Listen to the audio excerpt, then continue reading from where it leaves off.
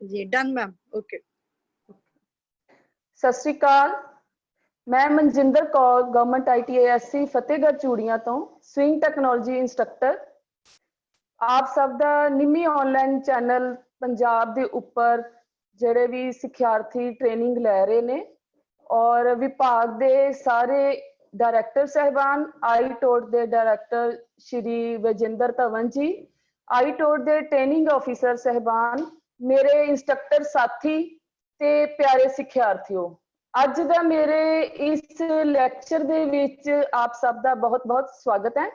इस तो पहला मैं गल करन जा रही हाँ अपनी ITI बारे थोड़ी जी तुहानू जानकारी देंगी। मेरी ITI गवर्नमेंट ITISC फतेहगढ़ चूड़ियां जिहड़ी कि जिला गुरदासपुर दे विच तहसील बटाला हलका फतेहगढ़ चूड़ियां जिहड़ी कि बॉर्डर एरिया के उपर स्थित है। ते इहदे विच मैं बतौर स्विंग टैक्नोलॉजी इंस्ट्रक्टर अपनियां सेवावां जिहड़ियां निभा रही हाँ और मेरी ITI दे विच चल रहे जिहड़े ट्रेड है स्विंग टैक्नोलॉजी NCVT 1 साला ट्रेड, सर्वेयर 2 साला ट्रेड, कोपा 1 साला ट्रेड, इलैक्ट्रीशियन 2 साला ट्रेड और इलैक्ट्रॉनिक मकैनिक 2 साला ट्रेड्स जड़ियां चल रही ने। ते इत्थों दे जिहड़े सिक्ख्यार्थी पास होके काफ़ी उच्चे पद्धर दे उत्ते जिहड़ियां सर्विसिज अपनियां सेवावां दे रहे ने वड्डियां वड्डियां फैक्ट्रियां दे विच और सरकारी अदारियां दे विच जिहड़ियां अपनियां सेवावां निभा रहे ने। सो एडमिशन दे संबंधी जो भी डिटेल्स तुहानू चाहिदी है वो नीचे कंटैक्ट नंबर स्लाइड ते दिता होया है, ईमेल एड्रैस दिता है ते तुसी इत्थे अपनी इंफॉर्मेशन लैण वास्ते कॉल कर सकदे हो। हुण अगे असीं वधदे हां अपने टॉपिक बारे जिहड़ा कि असीं एजुकेशनल साइकोलॉजी। असीं पिछले टॉपिक पार्ट 1 दे विच डिस्कस कीता सी साइकोलॉजी जिहड़ी है educational psychology the introductions, definition of psychology, different branches of psychology, meanings, nature and scope of education psychology.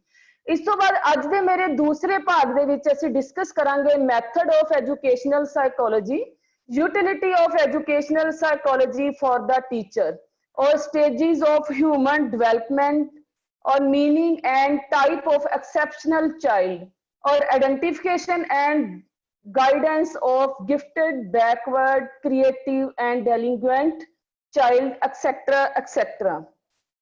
हुण असीं अपने विषय दे वल वधन तो पहले थोड़ा जिहा मैथड जिहड़े कि असीं पिछले टॉपिक विच डिस्कस नहीं सी कीते वो असीं अज दे टॉपिक च डिस्कस करन जा रहे हां, मैथड ऑफ एजुकेशनल साइकोलॉजी।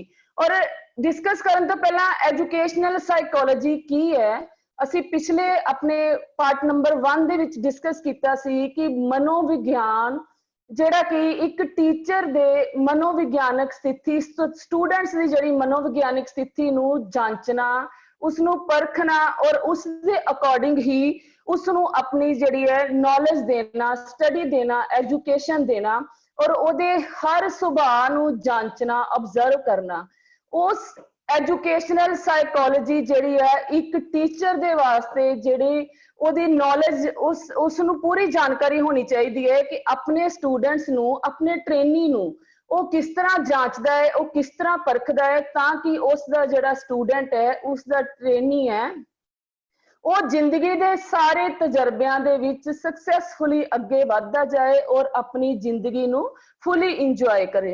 हुण असीं गल कर रहे हां method of educational psychology. Educational psychology scope, nature, AIIMS सारा कुछ असीं डिस्कस कर लिया, ओहदे की हुंदा ने। उस तो बाद असीं डिस्कस कर रहे हां मैथड ऑफ एजुकेशनल साइकोलॉजी। उस तो बाद असीं गल कर रहे हां कि पहला जिहड़ा मैथड की है एजुकेशनल साइकोलॉजी दा, वो मैथड दे विच असीं देखांगे नंबर 1 ते हैगा है इंट्रोस्पैक्शन मैथड। इंट्रोस्पैक्शन मैथड दे विच असीं की करदे हां, ओहदे विच असीं अंदर दर्शन विधि, ਇਹ एक चाइल्ड दी अंतर दर्शन विधि दे नाल असीं अपने स्टूडेंट्स दी चाइल्ड दी जिहड़ी है उसनूं जांचदे हां, उसदे अंदर देखदे हां कि उसदे अंदर की चल रहा है, अंतर दर्शन उसदा जिहड़ा अंदर की हो रहा है, की ओहदी हाव भाव चल रहे ने, ਉਹਦੀਆਂ ਕੀ ਫੀਲਿੰਗਸ ਹੈ ਉਸ ਨੂੰ ਅਸੀਂ ਭਾਂਪਦੇ ਹਾਂ। ਤੇ ਇੰਟਰੋਸਪੈਕਸ਼ਨ ਦੀ ਜਿਹੜੀ ਫੁੱਲ ਫਾਰਮ ਦਾ ਮੀਨਿੰਗਸ ਕੀ ਹੈ, ਅੰਦਰ ਝਾਕਣਾ। ਇੰਟਰੋ ਦਾ ਮਤਲਬ ਅੰਦਰ, ਔਰ ਸਪੈਕਸ਼ਨ ਦਾ ਮਤਲਬ ਝਾਕਣਾ, ਕਿ ਅੰਦਰ ਵੱਲ ਝਾਕਣਾ, ਜਿਹੜੇ ਕਿ ਵੁੱਡਵਰਥ ਦੇ ਅਨੁਸਾਰ ਜਿਹੜੇ ਉਹਨੇ ਅਰਥ ਕੀਤੇ, ਉਹਦਾ ਮਤਲਬ ਹੈ ਸਵੈ ਨਿਰੀਖਣ, ਕਿ ਬੱਚੇ ਨੇ ਆਪਣਾ ਸਵੈ ਨਿਰੀਖਣ ਕਰਨਾ ਹੈ, ਸਟੂਡੈਂਟਸ ਨੇ ਨਿਰੀਖਣ ਕਰਨਾ ਹੈ, ਔਰ ਟੀਚਰ ਨੇ ਵੀ ਉਸਦਾ ਸਵੈ ਨਿਰੀਖਣ ਕਰਨਾ ਹੈ, ਉਸਦੀ ਓਵਰਆਲ ਉਸਨੂੰ ਝਾਂਕਣਾ ਕਿ ਇਹਦੇ ਅੰਦਰ ਕੀ ਚੱਲ ਰਿਹਾ ਹੈ, ਇਹਦੇ ਦਿਮਾਗ ਵਿੱਚ ਕੀ ਚੱਲ ਰਿਹਾ ਹੈ। ਕਈ ਵਾਰੀ ਅਸੀਂ ਦੇਖਦੇ ਹਾਂ ਕਲਾਸ ਵਿੱਚ ਬੱਚੇ ਪ੍ਰੈਜ਼ੈਂਟ ਕਿਤੇ ਹੁੰਦੇ ਨੇ ਲੇਕਿਨ ਉਹਨਾਂ ਦਾ ਦਿਮਾਗ ਕਿਤੇ ਚੱਲ ਰਿਹਾ ਹੁੰਦਾ ਹੈ, ਉਹ ਸਭ ਚੀਜ਼ਾਂ ਨੂੰ ਅਬਜ਼ਰਵ ਕਰਨਾ। ਸੈਕਿੰਡ ਜਿਹੜਾ ਕਹਿੰਦੇ ਅੰਤਰਦਰਸ਼ਨ ਵਿਧੀ ਦੇ ਵਿੱਚ ਕਹਿੰਦਾ ਕਿ ਮਨੋਵਿਗਿਆਨ ਦੀ ਸਭ ਤੋਂ ਪੁਰਾਣੀ ਔਰ ਸਭ ਤੋਂ ਜਿਹੜੀ ਹੈ ਸਰਲ ਵਿਧੀ ਹੈ, ਜਿਹੜਾ ਅਸੀਂ ਇੰਟਰੋਸਪੈਕਸ਼ਨ ਮੈਥਡ ਦੇ ਨਾਲ ਜਦੋਂ ਅਸੀਂ ਸਾਈਕੋਲੋਜੀ ਨੂੰ ਚੈੱਕ ਕਰਦੇ ਹਾਂ। ਉਸ ਤੋਂ ਬਾਅਦ ਸੈਕਿੰਡ ਗੱਲ ਕਰਦੇ ਹਾਂ, ਉਹਦਾ ਜਿਹੜਾ ਮੈਥਡ ਹੈਗਾ ਹੈ ਆਬਜ਼ਰਵੇਸ਼ਨ ਮੈਥਡ। ਆਬਜ਼ਰਵੇਸ਼ਨ ਮੈਥਡ ਕੀ ਹੈ ਕਿ ਬਾਹਰ ਮੁਖੀ ਜਿਹੜੀ ਵਿਧੀ ਹੈ, ਸਟੂਡੈਂਟਸ ਦੀ ਉਹਦੀ ਬਾਹਰ ਮੁਖੀ, ਉਹਦੀ ਦਿੱਖ ਕਿਸ ਤਰ੍ਹਾਂ ਦੀ ਹੈ, ਉਹਦਾ ਬੋਲਣ ਦਾ ਲਹਿਜਾ ਕਿਸ ਤਰ੍ਹਾਂ ਦਾ ਹੈ, ਉਹਦਾ ਸਟਾਈਲ ਕਿਸ ਤਰ੍ਹਾਂ ਦਾ ਹੈ, ਉਹਦੇ ਚੱਲਣ ਫਿਰਨ ਦਾ ਜਿਹੜਾ ਅੰਦਾਜ਼ ਹੈ ਉਹ ਕਿਸ ਤਰ੍ਹਾਂ ਦਾ ਹੈ, ਅਸੀਂ ਉਸ ਤੋਂ ਹੀ ਅਬਜ਼ਰਵ ਕਰ ਲੈਣਾ ਹੈ ਕਿ ਇਹ ਬੱਚੇ ਦੀ ਜਿਹੜਾ ਮੈਂਟਲ ਜਿਹੜੀ ਸਾਇੰਸ ਹੈ, ਜਿਹੜੀ ਇਹਦੀ ਸਾਈਕੋਲੋਜੀ ਹੈ, ਮਨੋਵਿਗਿਆਨਿਕ ਇਹਦੀ ਸਥਿਤੀ ਕਿੱਥੇ ਕੁ ਸਟੈਂਡ ਕਰਦੀ ਹੈ। ਕਹਿੰਦੇ ਬੁੱਧੀ ਨਿਰੀਖਣ ਵਿਧੀ ਰਾਹੀਂ ਵਿਵਹਾਰ ਦੀ ਮਾਨਸਿਕਤਾ ਸਮਝੀ ਜਾਂਦੀ ਹੈ ਆਬਜ਼ਰਵੇਸ਼ਨ ਮੈਥਡ ਦੇ ਵਿੱਚ। ਹੁਣ ਤੀਸਰਾ ਪੁਆਇੰਟ ਹੈ ਐਕਸਪੈਰੀਮੈਂਟਲ ਮੈਥਡ। ਐਕਸਪੈਰੀਮੈਂਟਲ ਮੈਥਡ ਦੇ ਨਾਮ ਤੋਂ ਹੀ ਤੁਹਾਨੂੰ ਪਤਾ ਕਿ ਕਿਸੇ ਚੀਜ਼ ਦਾ ਪ੍ਰਯੋਗ ਕਰਨਾ, ਐਕਸਪੈਰੀਮੈਂਟ ਕਰਨਾ। ਐਕਸਪੈਰੀਮੈਂਟਲ ਮੈਥਡ ਦੇ ਵਿੱਚ ਜਦੋਂ ਅਸੀਂ ਦੇਖਦੇ ਹਾਂ ਕਿ ਕਿਸੇ ਵੀ ਸਟੂਡੈਂਟਸ ਦਾ ਜਿਹੜਾ ਮਨੋਵਿਗਿਆਨਿਕ ਵਿਧੀ ਵਿੱਚ ਵਿਅਕਤੀ ਦੇ ਅਚੇਤਨ ਮਨ ਦਾ ਅਧਿਐਨ ਕਰਨਾ ਹੁੰਦਾ ਹੈ, ਜਿਹੜਾ ਉਹਦੇ ਅੰਦਰ ਜਿਹੜਾ ਉਹਦਾ ਅਨਕੌਂਸ਼ੀਅਸ ਮਾਈਂਡ ਜਾਂ ਉਹਦਾ ਕੌਂਸ਼ੀਅਸ ਮਾਈਂਡ ਜਿਹੜਾ ਹੈ ਉਸ ਦੇ ਜਿਹੜੇ ਅੰਦਰ ਜਿਹੜਾ ਉਹਨੂੰ ਅਧਿਐਨ ਕਰਨਾ ਹੈ, ਉਹਦਾ ਐਕਸਪੈਰੀਮੈਂਟ ਕਰਕੇ ਦੇਖਣਾ ਹੈ, ਉਹਦੇ ਨਾਲ ਡੀਲਿੰਗ ਕਰਕੇ ਦੇਖਣੀ ਹੈ ਕਿ ਕਿਸ ਤਰ੍ਹਾਂ ਦੇ ਤਜਰਬੇ ਕਰਕੇ ਉਹਦੇ ਅੰਦਰੋਂ ਅਸੀਂ ਸਾਈਕੋਲੋਜੀ ਦੇ ਤਰੀਕੇ ਦੇ ਨਾਲ ਆਪਣੇ ਸਟੂਡੈਂਟਸ ਨੂੰ ਪਰਖਣਾ ਹੈ, ਜਿਹੜੇ ਕਿ ਇੱਕ ਟੀਚਰਸ ਦੇ ਵਾਸਤੇ ਬਹੁਤ ਹੀ ਜ਼ਰੂਰੀ ਹੈ। ਉਸ ਤੋਂ ਅੱਗੇ ਗੱਲ ਕਰਦੇ ਹਾਂ ਅਸੀਂ ਕੇਸ ਸਟੱਡੀ।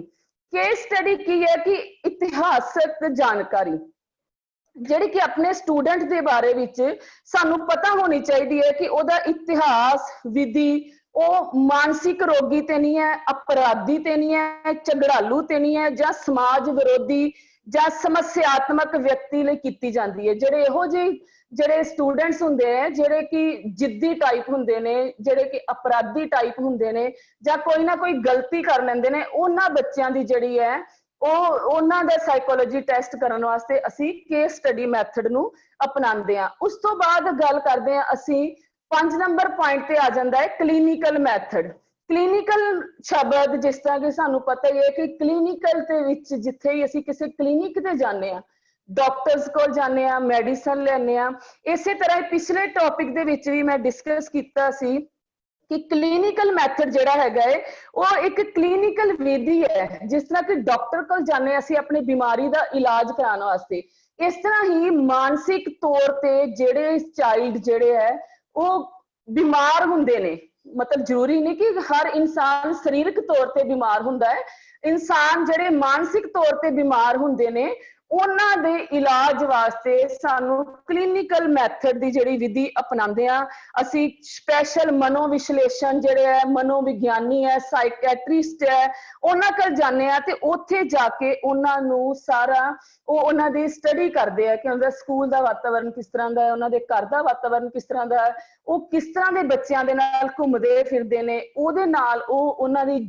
ਸਾਰੀ ਜਿਹੜੀ ਹਿਸਟਰੀ ਕਲੀਨਿਕਲ ਦੇ ਵਿੱਚ ਉਹਨਾਂ ਜੋ ਕਰਕੇ ਸਾਰੀ ਜਾਂਚ ਕੇ ਪਰਖ ਕੇ ਫਿਰ ਉਹਨਾਂ ਦਾ ਟ੍ਰੀਟਮੈਂਟ ਕਰਦੇ ਨੇ। ਟ੍ਰੀਟਮੈਂਟ ਕਰਕੇ ਉਹਨਾਂ ਨੂੰ ਗੱਲਾਂ ਬਾਤਾਂ ਦੇ ਨਾਲ ਉਹਨਾਂ ਦੇ ਦਿਮਾਗ ਨੂੰ ਸੈੱਟ ਕਰਦੇ ਨੇ ਤਾਂ ਕਿ ਉਹ ਜਿਹੜਾ ਬੱਚੇ ਦਾ ਸਾਈਕੋਲੋਜੀ ਜਿਹੜਾ ਮਨੋਵਿਗਿਆਨ ਵਿਧੀ ਜਿਹੜੀ ਹੈ ਉਹਦੇ ਤਰੀਕੇ ਦੇ ਨਾਲ ਉਹਨੂੰ ਸੈੱਟ ਕਰਨਾ। ਔਰ ਜਿਹੜੇ ਕਿ ਇੱਕ ਟੀਚਰ ਨੂੰ ਪਤਾ ਹੋਣਾ ਚਾਹੀਦਾ ਹੈ ਕਿ ਮੈਂ ਆਪਣੇ ਸਟੂਡੈਂਟਸ ਨੂੰ ਕਿਹੜੇ ਮੈਥਡ ਦੇ ਨਾਲ, ਕਿਹੜੇ ਸਟੂਡੈਂਟ ਨੂੰ ਅਸੀਂ ਕਿਹੜੇ ਮੈਥਡ ਦੇ ਨਾਲ ਟ੍ਰੀਟ ਕਰਨਾ ਹੈ। ਜ਼ਰੂਰੀ ਨਹੀਂ ਕਿ ਅਸੀਂ ਸਟੂਡੈਂਟ ਨੂੰ ਕਲੀਨਿਕ ਤੇ ਹੀ ਲੈ ਕੇ ਜਾਣਾ ਹੈ। ਸਾਡੇ ਵਿੱਚ ਟੀਚਰਸ ਦੇ ਵਿੱਚ ਇਹੋ ਜਿਹੇ ਗੁਣ ਹੋਣੇ ਚਾਹੀਦੇ ਹੈ ਕਿ ਉਹ ਆਪਣੇ ਟੀਚਰ ਨੂੰ as a doctor, as a clinic ਤੌਰ ਤੇ ਉਸ ਬੱਚੇ ਨਾਲ ਡੀਲ ਕਰੇ ਤਾਂ ਕਿ ਉਹ ਜਿਹੜਾ ਕਲੀਨਿਕਲ ਜਿਹੜਾ ਮੈਥਡ ਦੇ ਵਿੱਚ ਤੁਸੀਂ ਜਿਹੜੇ ਸਕਸੈਸ ਹੋ ਸਕਦੇ ਹੋ। ਅੱਗੇ ਗੱਲ ਕਰਦੇ ਆ ਇੰਟਰਵਿਊ ਮੈਥਡ। इंटरव्यू मैथड दे विच की हुंदा है कि असी बच्चे दे नाल असी इंटरव्यू करनी हुंदी है, उहदे नाल असी गलबात करनी हुंदी है कि व्यक्ति दे विश्लेषण मन दा अध्ययन कीता जांदा है कि वो जिहड़ा बच्चा है कित्थे क स्टैंड करदा, उहदे नाल गलबात करके उहदे घर दी, उहदी स्कूल कॉलेज दी, उहदी ITI दे विच उहदी की स्थिति है, किस तरह वो रहिंदा है, वो सारी चीज़ां जिहड़ियां इंटरव्यू दे नाल असी जज करते हैं। मैडम स्क्रीन शेयर हो रही?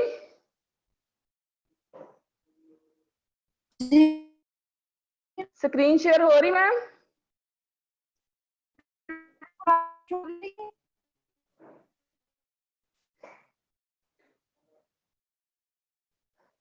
मैम स्क्रीन शेयर हो रही किनू मैम?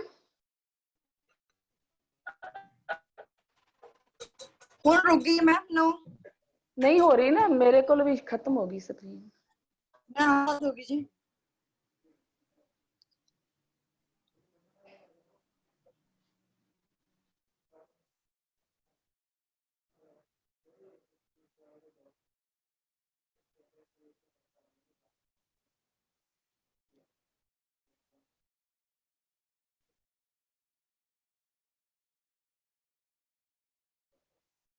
मैडम शेयर नहीं हो रही हूँ। ਤੁਸੀਂ ਕੈਮਰਾ ਨੂੰ ਫਰੰਟ ਸਾਈਡ ਤੇ ਕਰਕੇ ਆਫ ਕਰ ਦਿਓ ਜਰਾ, ਮੈਂ ਕਰਦੀ ਇਧਰੋਂ।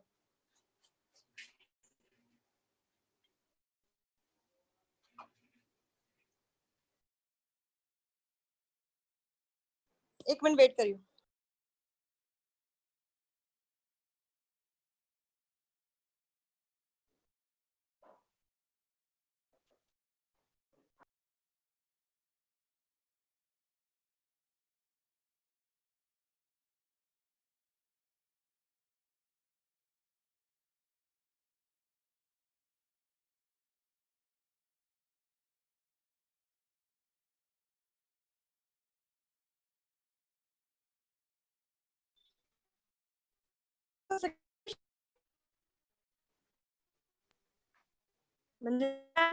हाँ जी मैम, हाँ जी जी। मैथड, हाँ जी जी ठीक है मैम, हुण तुसी करी जाओ। मैं कैमरा बंद रहंदा कि ऑन करा? प्रॉब्लम आ रही है, बंद कर दो, जे जरूरत पे कर सकते हो कर लो। बस तो विजिबल नहीं लगता कि हो पाएगा, फिर स्क्रीन मेरी शेयर ऑफ कर दो जी। ओके जी, ओके। हाँ जी, ਹੁਣ ਅਸੀਂ ਗੱਲ ਕਰ ਰਹੇ ਹਾਂ ਇੰਟਰਵਿਊ ਮੈਥਡ। ਇੰਟਰਵਿਊ ਮੈਥਡ ਦੇ ਵਿੱਚ ਅਸੀਂ ਮੁਲਾਕਾਤ ਦੇ ਤਰੀਕੇ ਦੇ ਨਾਲ ਜਿਹੜਾ ਮੁਲਾਕਾਤ ਕਰਕੇ ਬੱਚੇ ਦੇ ਨਾਲ ਉਸ ਦੇ ਅੰਦਰ ਜੋ ਵੀ ਗੱਲਬਾਤ ਕਰਕੇ ਅਸੀਂ ਉਹਦੀ ਜਿਹੜੀ ਸਾਈਕੋਲੋਜੀ ਨੂੰ ਅਸੀਂ ਚੈੱਕ ਕਰਨਾ ਹੁੰਦਾ ਹੈ। ਅੱਗੇ ਗੱਲ ਕਰਦੇ ਹਾਂ ਅਸੀਂ ਸਾਈਕੋਲੋਜੀ ਸਾਈਕੋਨੋਲੈਸਟਿਕ ਮੈਥਡ। ਜਿਹੜਾ ਸਾਈਕੋਨੋਲੈਸਟਿਕ ਮੈਥਡ ਹੈਗਾ ਮਨੋ ਜਿਹੜਾ ਵਿਸ਼ਲੇਸ਼ਣਾਤਮਕ ਮੈਥਡ ਦੇ ਨਾਲ ਅਸੀਂ ਬੱਚੇ ਦੀ ਜਿਹੜੀ ਰਚਨਾਵਾਂ, ਭਾਵਨਾਵਾਂ, ਜਜ਼ਬਿਆਂ ਅਤੇ ਮਾਨਸਿਕਤਾ ਦਾ ਅਧਿਐਨ ਕੀਤਾ ਜਾਂਦਾ ਹੈ ਇਸ ਵਿਧੀ ਦੇ ਦੁਆਰਾ। ਉਸ ਤੋਂ ਬਾਅਦ ਗੱਲ ਕਰਦੇ ਹਾਂ ਅਸੀਂ ਜੈਨੇਟਿਕ ਔਰ ਡਿਵੈਲਪਮੈਂਟ ਮੈਥਡ। ਜੈਨੇਟਿਕ ਔਰ ਡਿਵੈਲਪਮੈਂਟ ਮੈਥਡ ਹੁੰਦਾ ਹੈ ਵਿਕਾਸਾਤਮਕ ਵਿਧੀ। ਵਿਕਾਸਾਤਮਕ ਵਿਧੀ ਦੇ ਵਿੱਚ ਅਸੀਂ ਕੀ ਕਰਦੇ ਹਾਂ ਕਿ ਵਿਕਾਸਾਤਮਕ ਵਿਧੀ ਵਿੱਚ ਕਹਾਣੀ ਵਰਣਨ ਵਿਧੀ ਨੂੰ ਆਧਾਰ ਬਣਾ ਕੇ ਲੇਖਾ ਤਿਆਰ ਕੀਤਾ ਜਾਂਦਾ ਹੈ। ਬੱਚੇ ਨੂੰ ਇੱਕ ਕਹਾਣੀ ਦੇ ਤੌਰ ਤੇ ਉਹਦੀ ਜਿਹੜੀ ਹਿਸਟਰੀ ਨੂੰ ਚੈੱਕ ਕੀਤਾ ਜਾਂਦਾ ਹੈ ਔਰ ਉਹਦੇ ਹਿਸਾਬ ਨਾਲ ਹੀ ਸਾਰਾ ਉਹਦਾ ਡਾਟਾ ਤਿਆਰ ਕੀਤਾ ਜਾਂਦਾ ਹੈ, ਰਿਕਾਰਡ ਰੱਖਿਆ ਜਾਂਦਾ ਹੈ ਕਿ ਇਹ ਬੱਚੇ ਦੀ ਇਹ ਪ੍ਰੋਬਲਮ ਸੀ, ਜਾਂ ਕਿਸੇ ਸਟੂਡੈਂਟ ਨੂੰ ਇਹ ਪੁੱਛਿਆ ਜਾਂਦਾ ਕਿ ਤੂੰ ਇਹ ਗਲਤੀ ਕਿਉਂ ਕੀਤੀ, ਜੋ ਚੀਜ਼ ਨੂੰ ਦੱਸਦਾ ਹੈ ਉਸ ਨੂੰ ਇੱਕ ਆਧਾਰ ਬਣਾ ਲੈਂਦਾ ਹੈ, ਇੱਕ ਸਟੋਰੀ ਦੀ ਤਰ੍ਹਾਂ, ਕਹਾਣੀ ਦੀ ਤਰ੍ਹਾਂ ਆਧਾਰ ਬਣਾ ਕੇ ਆਪਣੇ ਕੋਲ ਜਿਹੜਾ ਹੈ ਉਹ ਰਾਈਟ ਡਾਊਨ ਕਰਕੇ ਰੱਖਿਆ ਜਾਂਦਾ ਹੈ। ਉਸ ਤੋਂ ਬਾਅਦ ਗੱਲ ਕਰਦੇ ਹਾਂ ਕੰਪੈਰੇਟਿਵ ਮੈਥਡ। ਕੰਪੈਰੇਟਿਵ ਮੈਥਡ ਜਿਹੜਾ ਹੈ ਤੁਲਨਾਤਮਕ ਮੈਥਡ ਉਹ ਹੁੰਦਾ ਹੈ ਕਿ ਜਿਹੜਾ ਰਚਨਾਤਮਕ ਜਿਹੜੀਆਂ ਵਿਧੀ ਹੈ ਅਨੁਸਾਰ ਵਿਵਹਾਰ ਸੰਬੰਧੀ ਸਮਾਨਤਾਵਾਂ ਅਤੇ ਅਸਮਾਨਤਾਵਾਂ ਦਾ ਅਧਿਐਨ ਕੀਤਾ ਜਾਂਦਾ ਹੈ। ਉਹਦੇ ਵਿਵਹਾਰ ਦੇ ਵਿੱਚ ਕਿਹੜੀਆਂ ਜਿਹੜੀਆਂ ਨਾਰਮਲਸ ਗੱਲਾਂ ਹੈ ਜਾਂ ਕਿਹੜੀਆਂ ਐਬਨੋਰਮਲਸ ਗੱਲਾਂ ਕਰਦਾ ਹੈ, ਉਹਦੇ ਤਰੀਕੇ ਦੇ ਨਾਲ ਅਸੀਂ ਅਧਿਐਨ ਕਰਕੇ ਉਹਦਾ ਸਾਈਕੋਲੋਜੀਕਲ ਟੈਸਟ ਕਰਦੇ ਹਾਂ। ਉਸ ਤੋਂ ਬਾਅਦ ਆ ਜਾਂਦਾ ਹੈ ਪੈਥੋਲੋਜੀਕਲ ਮੈਥਡ। ਪੈਥੋਲੋਜੀਕਲ ਮੈਥਡ ਹੈਗਾ ਮਨੋਵਿਕਰਿਆਤਮਕ ਮਨੋਵਿਕਿਰਿਆਤਮਕ ਵਿਧੀ ਜਿਹੜੀ ਹੁੰਦੀ ਹੈ, ਇਹ ਇੱਕ ਬਾਹਰ ਮੁਖੀ ਨਿਰੀਖਣ ਤੇ ਕੁਦਰਤੀ ਨਿਰੀਖਣ ਵੀ ਇਸ ਨੂੰ ਕਿਹਾ ਜਾਂਦਾ ਹੈ। ਸਟੂਡੈਂਟਸ ਦੀ ਜਿਹੜੀ ਬਾਹਰ ਮੁਖੀ ਦਿੱਖ ਹੈ ਉਸ ਨੂੰ ਜਾਂਚ ਕੇ ਅਸੀਂ ਜਿਹੜਾ ਹੈ ਉਹ ਸਟੱਡੀ ਕਰਦੇ ਆ ਸਟੂਡੈਂਟਸ ਦੇ ਸਾਈਕੋਲੋਜੀਕਲ ਟੈਸਟ ਦੀ। ਇਸ ਤੋਂ ਬਾਅਦ ਅੱਗੇ ਗੱਲ ਕਰਦੇ ਆ ਸਟੈਟਿਕਲ ਮੈਥਡ। ਸਟੈਟਿਕਲ ਮੈਥਡ ਜਿਸ ਤਰ੍ਹਾਂ ਮੈਥ ਦੇ ਵਿੱਚ, ਗਣਿਤ ਦੇ ਵਿੱਚ ਇੱਕ ਸਟੈਟ ਤਿਆਰ ਕੀਤੇ ਜਾਂਦੇ ਹਨ, ਅੰਕੜੇ ਤਿਆਰ ਕੀਤੇ ਜਾਂਦੇ ਹਨ। ਉਸ ਵਿਧੀ ਦੇ ਵਿੱਚ ਜੀਵਨ ਇਤਿਹਾਸ ਦਾ ਅੰਕੜਾ ਜਿਹੜਾ ਇਸ ਵਿਧੀ ਰਾਹੀਂ ਤਿਆਰ ਕੀਤਾ ਜਾਂਦਾ ਹੈ, ਉਹਦੀ ਪ੍ਰੋਪਰ ਹਿਸਟਰੀ, ਉਹਦਾ ਬਰਥ ਪਲੇਸ, ਉਹਦੀ ਬਰਥ ਦੇ ਸਮੇਂ ਤੇ ਜੋ ਵੀ ਸਿਚੁਏਸ਼ਨ ਸੀ, ਉਸ ਤੋਂ ਬਾਅਦ ਉਹਦੀ ਜਿਸ ਤਰ੍ਹਾਂ ਡਿਵੈਲਪਮੈਂਟ ਹੁੰਦੀ ਹੈ ਉਹ ਸਟੇजेस ਦੇ ਹਿਸਾਬ ਨਾਲ ਉਹਦਾ ਜਿਹੜਾ ਅੰਕੜੇ ਤਿਆਰ ਕੀਤੇ ਜਾਂਦੇ ਆ।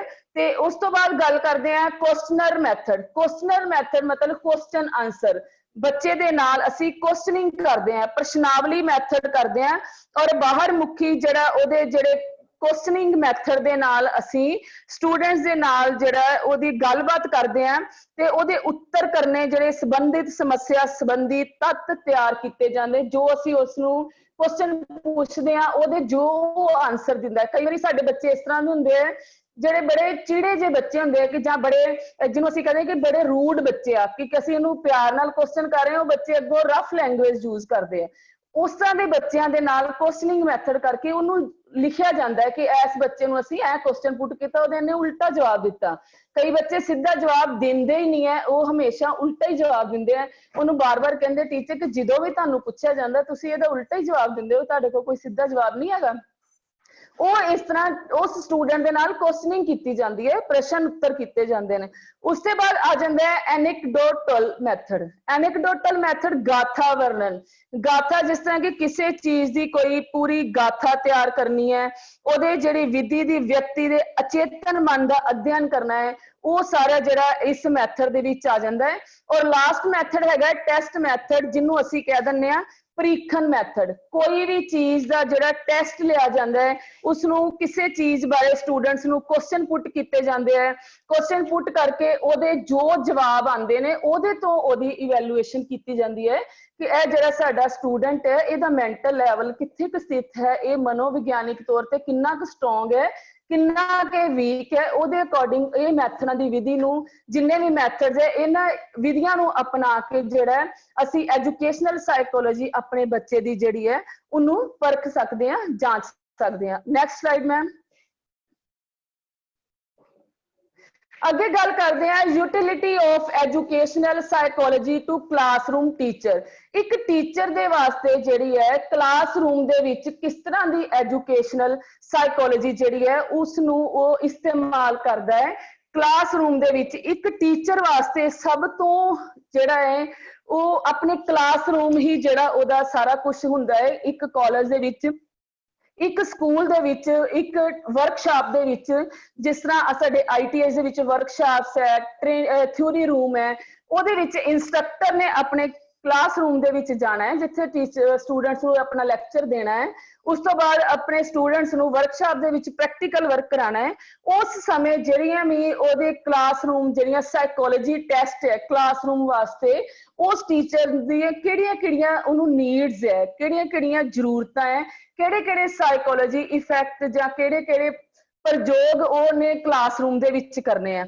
ਉਹ ਕਹਿੰਦੇ ਕਿ ਟੂ ਅੰਡਰਸਟੈਂਡ ਦਾ ਲਰਨਰ, ਜਿਹੜਾ ਲਰਨਰ ਹੈ ਪਹਿਲੇ ਤੁਹਾਨੂੰ ਆਪਣੇ ਆਪ ਨੂੰ, ਟੀਚਰ ਨੂੰ ਪਹਿਲੇ ਆਪਣੇ ਆਪ ਨੂੰ ਸਮਝਣਾ ਪਏਗਾ। ਉਸ ਤੋਂ ਬਾਅਦ ਸਿੱਖਣ ਵਾਲੇ ਜਿਹੜੇ ਲਰਨਰ ਹੈ, ਸਾਡੇ ਸਟੂਡੈਂਟਸ ਹੈ, ਜਿਹੜੇ ਸਾਡੇ ਟ੍ਰੇਨੀ ਹੈ, ਉਹਨਾਂ ਦੀ ਸਥਿਤੀ ਨੂੰ ਜਾਣਨਾ ਪਏਗਾ ਕਿ ਉਹ ਬੱਚੇ ਦੇ ਜਿਹੜੇ ਕੀ ਗੁਣ ਆ, ਉਹਨਾਂ ਨੂੰ ਪ੍ਰੇਰਨਾਵਾਂ ਦੇਣੀਆਂ, ਟੌਪਿਕ ਦੇ ਨਾਲ ਉਹਨਾਂ ਨੂੰ ਇੰਟਰਸਟ ਪੈਦਾ ਕਰਨਾ, ਦਿਲਚਸਪੀ ਪੈਦਾ ਕਰਨੀ। ਪਹਿਲਾਂ ਉਹਨੂੰ ਉਹਨਾਂ ਦੇ ਬਾਰੇ ਟੌਪਿਕ ਜੋ ਉਸਨੇ ਪੜ੍ਹਾਉਣਾ ਹੈ ਉਹਦੇ ਬਾਰੇ ਉਹਨੂੰ ਜਾਣਕਾਰੀ ਦੇਣੀ ਤਾਂ ਕਿ ਜਿਹੜਾ ਲਰਨਰ ਹੈ, ਸਿੱਖਣ ਵਾਲਾ ਹੈ, ਉਹਨੂੰ ਜਲਦੀ ਸਮਝ ਆ ਸਕੇ ਕਿ ਅੱਜ ਸਾਡੇ ਟੀਚਰ ਨੇ, ਅੱਜ ਸਾਡੇ ਇੰਸਟ੍ਰਕਟਰ ਨੇ ਸਾਨੂੰ ਕੀ ਪੜ੍ਹਾਉਣਾ ਹੈ। ਉਹਦਾ ਮਨ ਨੂੰ ਉਹਦੇ ਵਿੱਚ ਟੌਪਿਕ ਦੇ ਵਿੱਚ ਮਤਲਬ ਕੇਂਦਰਿਤ ਕਰਨਾ। ਉਸ ਤੋਂ ਬਾਅਦ ਸੈਕੰਡ ਪੁਆਇੰਟ ਹੈ ਟੂ ਅੰਡਰਸਟੈਂਡ ਦਾ ਪ੍ਰੋਬਲਮ ਆਫ ਚਿਲਡਰਨ। ਔਰ ਜਿਹੜੇ ਟੀਚਰ ਦਾ ਇੱਕ ਅਹਿਮ ਰੋਲ ਹੈ ਕਿ ਆਪਣੇ ਬੱਚਿਆਂ ਦੀ, ਆਪਣੇ ਸਟੂਡੈਂਟਸ ਦੀ ਜਿਹੜੀਆਂ ਪ੍ਰੋਬਲਮਸ ਨੂੰ ਵੀ ਉਹਨੂੰ ਸਮਝਣਾ ਆਉਣਾ ਚਾਹੀਦਾ ਹੈ। ਕਿਸੇ ਬੱਚੇ ਦੀ ਕੋਈ ਘਰੇਲੂ ਪ੍ਰੋਬਲਮ ਹੈ, ਕਿਸੇ ਦੀ ਮਦਰ ਬਿਮਾਰ ਹੈ, ਉਸ ਦਿਨ ਉਹ ਬੱਚਾ ਕਲਾਸ ਵਿੱਚ ਪੂਰਾ ਆਪਣਾ ਧਿਆਨ ਨਹੀਂ ਕੇਂਦਰਿਤ ਕਰ ਰਿਹਾ, उस बच्चे नूं पुछना पएगा कि बेटा अज की गल है, तुसी अज अपने काम दे वल पूरी तरह ध्यान नहीं दे रहे।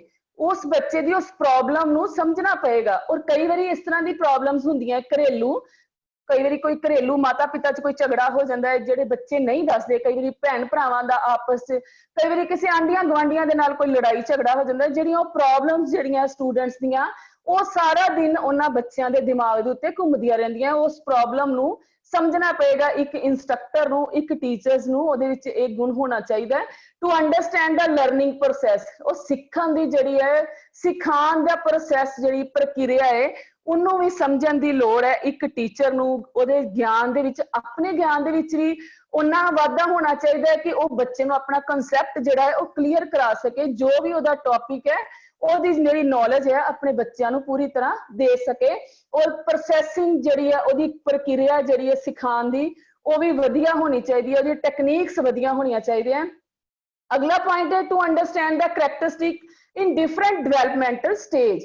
कहते कि ਉਹਦੇ ਚ डिफरेंट ਜਿਹੜੀਆਂ डिवेलपमेंट स्टेजिस है स्टूडेंट्स दियां, बचपन तो लैके जवानी तक, जवानी तो लैके ਉਹਦੇ ਜਿਹੜੀ है बुढ़ापे तक अलग अलग स्टेजिस आंदियां। उन्हां स्टेजिस ਨੂੰ भी एक टीचर ਨੂੰ परखना आना चाहिए, समझना आना चाहिए। ਉਹਦੇ ਵਿੱਚ ਇਹੋ ਜਿਹੇ गुण होने चाहिए इंस्ट्रक्टर ਦੇ ਵਿੱਚ, टीचर ਦੇ ਵਿੱਚ, कि ताकि वो अपने ट्रेनी दियां, अपने स्टूडेंट्स दियां ਜਿਹੜੀਆਂ डेवलपमेंट स्टेजिस है, अलग अलग स्टेजिस ਦੇ ਉੱਤੇ भी उसਨੂੰ अंडरस्टैंड करना आना चाहिए। उस तो बाद कहंदा to select method of teaching. ਜਿਹੜਾ टीचर ਨੂੰ, इंस्ट्रक्टर ਨੂੰ अपना मैथड सिलेक्ट करना पएगा कि अज मैं बच्चे ਨੂੰ ਕਿਹੜੇ मैथड नाल काम कराना है। क्योंकि जिन्नी देर तक टीचर अपना मैथड चेंज नहीं करता वो बोरिंग हो जाता है। रोज रोज नवे नवे मैथड से नाल पढ़ाना, जो बच्चों असीं पढ़ावांगे तो बच्चे का इंटरस्ट बनता है टॉपिक वाल, अपने क्लासरूम दे विच ਉਹਦਾ ध्यान हुंदा है। कई बारी असीं कुछ टॉपिक असीं बोल के दस दिंदे आ, कुछ टॉपिक नूं असीं इस तरह बनाते हैं कि बच्चों को इस तरह लगता है कि सानू इस टॉपिक की कोई स्टोरी सुनाई जा रही है, कोई फिल्म की स्टोरी सुनाई जा रही है। वो बच्चे बिल्कुल सुन होके उस टॉपिक नूं सुनते हैं। कई बारी ये मैथड इस्तेमाल करते हैं कि बच्चों को असीं कोई चार्ट दिखा दिंदे आ, कई बारी असीं फिगर्स दिखा दिंदे आ। जिस तरह हुण तुसीं लाइव ऑनलाइन जिहड़ी टीचिंग लै रहे हो, इहदे विच जदों असीं प्रेजेंटेशन तैयार करते हैं ते सारे सभी प्रेजेंटर्स जिहड़े उन्हां दी कोशिश हुंदी है कि तुहानू कंसैप्ट क्लीयर होवे। कई बारी असीं पिक्चर्स दिखा के क्लीयर करते हैं, कई बारी असीं रिटन मटीरियल नाल क्लीयर करते हैं, कुछ गल्लां असीं जो लिखियां नहीं हुंदियां उन्नू बोल के क्लीयर करते हैं, ताकि तुहाडा स्टूडेंट्स दा जिहड़ा ध्यान है अपनी जिहड़ी स्टडी वाल, अपनी क्लासरूम टीचिंग दे वाल जिहड़ा वो केंद्रित हो सके ते तुहानू अपना जिहड़ा कंसैप्ट है वो क्लीयर हो सके। ये एक गुण होना चाहिए इंस्ट्रक्टर दे विच, एक टीचर दे विच। अगे कहंदा to create conductive learning environment. कहंदा कि उन्होंने लर्निंग इन्वायरमेंट जिहड़ा वातावरण है सिखाण दा जां सीखण दा उन्होंने कंडक्ट करना पएगा, उन्होंने बनाना पएगा, उस तरह का माहौल बनाना पएगा। हुण असीं लैब दे विच जा रहे हैं, साडा काम है सिलाई मशीन दे इस्तेमाल करके असीं बच्चों को स्टिचिंग सिखानी है, जां किसी वर्कशॉप वैल्डर दे विच असीं वर्कशॉप वैल्डिंग सैट दे नाल बच्चों को कोई किसी पार्ट नूं वैल्डिंग करना सिखाना है, जां प्लंबर ने टैप्स टूटियां जां कुछ भी लगाना सिखाना है। जे उहदे नाल दा रिलेटेड मटीरियल लैब दे विच होएगा तां ही बच्चे वो काम सीखणगे ना। हुण असीं प्लंबरां नूं सिलाई मशीनां दे उपर लैके चल जांगे ते उन्हां दा ध्यान नहीं लगेगा। सिलाई मशीन ते काम करने वाले बच्चों असीं वैल्डर्स लैब दे विच चल जांगे तो बच्चों ने वैल्डिंग थोड़ी करनी है कपड़ियां नूं, उन्होंने स्टिचिंग करनी है। इस करके सानू उत्थों दा एटमोसफेयर क्लास दा सबजैक्ट दे नाल जिहड़ा है सीखण दे नाल जिहड़ा रिलेटेड जिहड़ा सानू क्रिएट करना पएगा। ਉਹਦੇ टॉपिक ਦੇ ਨਾਲ ਦੇ चार्ट, सारियां पिक्चर्स, जो साडा टॉपिक है उसनू ब्लैक बोर्ड के उपर प्रॉपर तरीके नाल सारा लिखना पएगा। वो माहौल सानू पैदा करना पएगा ताकि जिहड़े स्टूडेंट्स है अपने टॉपिक के उत्ते पूरा ध्यान दे सकन। उस तो बाद to make a socialization in classroom नू तुसी एक सोशलाइजेशन एक दूजे दे नाल मिल मिलतान वाला समाजिक तौर ते जिहड़ा हैल्दी तुहानू बनाना पएगा।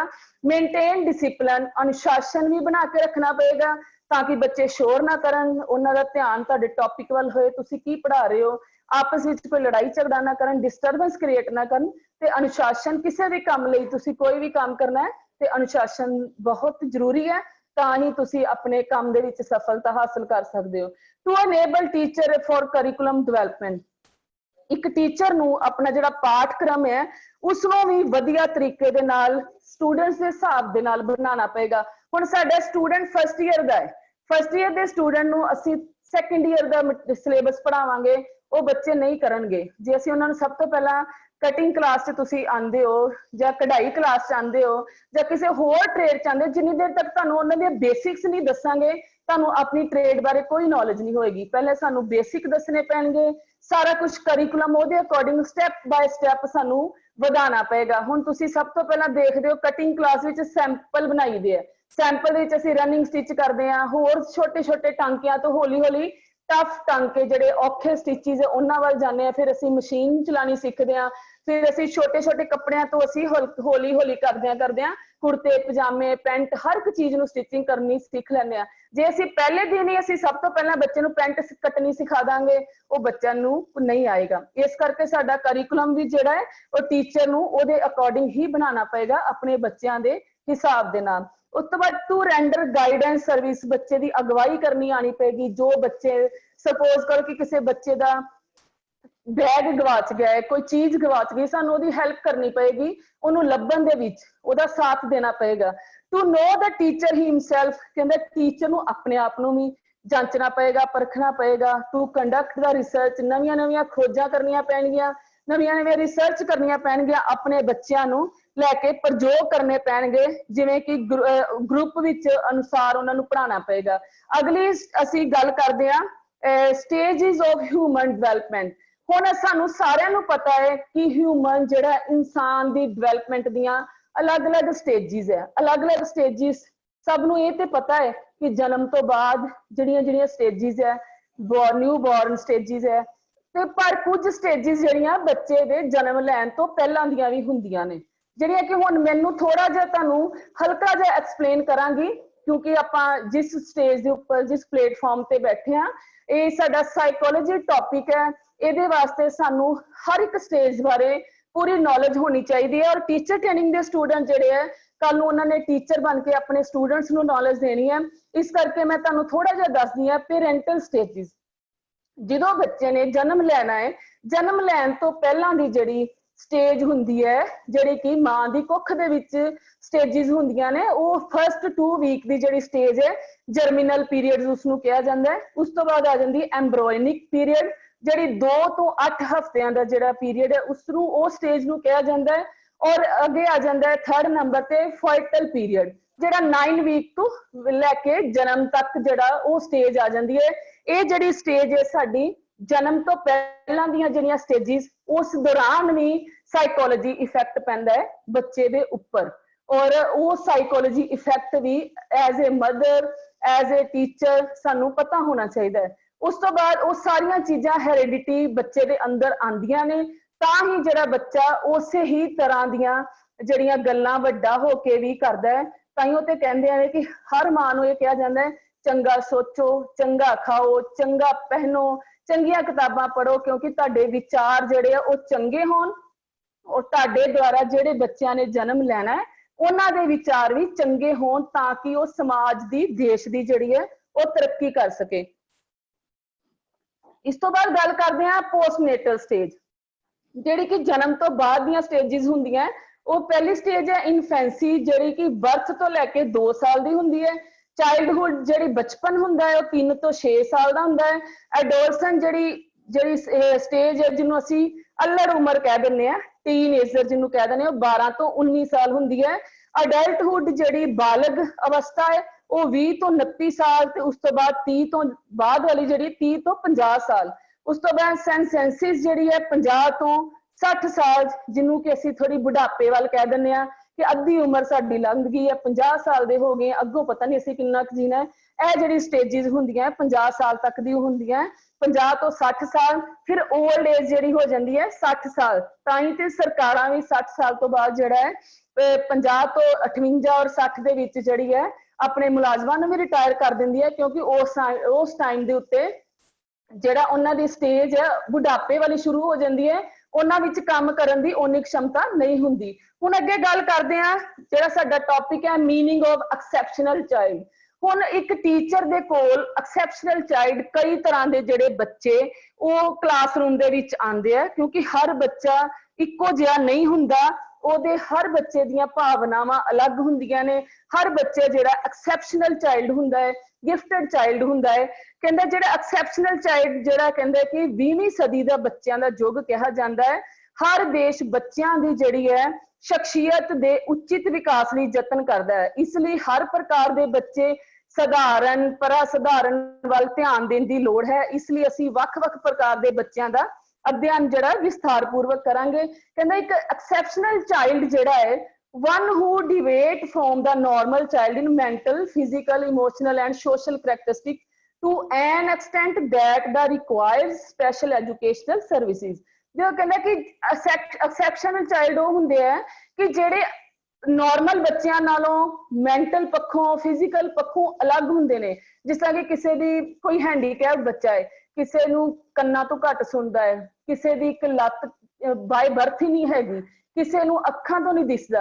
ये जेड़े चाइल्ड है अलग अलग एक्सैप्शनल है, डिफरेंट है जेड़े नॉर्मल बच्चों दे नालों, और इन्हां नूं भी साइकोलॉजी तौर पे एक टीचर नूं हैंडल करना आना चाहिए। He may far above or extremely below from the average। कहंदा कि कुछ बच्चे एवरेज स्टूडेंट्स तो घट हुंदे ने, कुछ उन्हां तो इंटैलीजेंट हुंदे ने। Next slide please ma'am. अगे कहंदे कि आ जांदी है गल टाइप ऑफ एक्सैप्शनल चाइल्ड।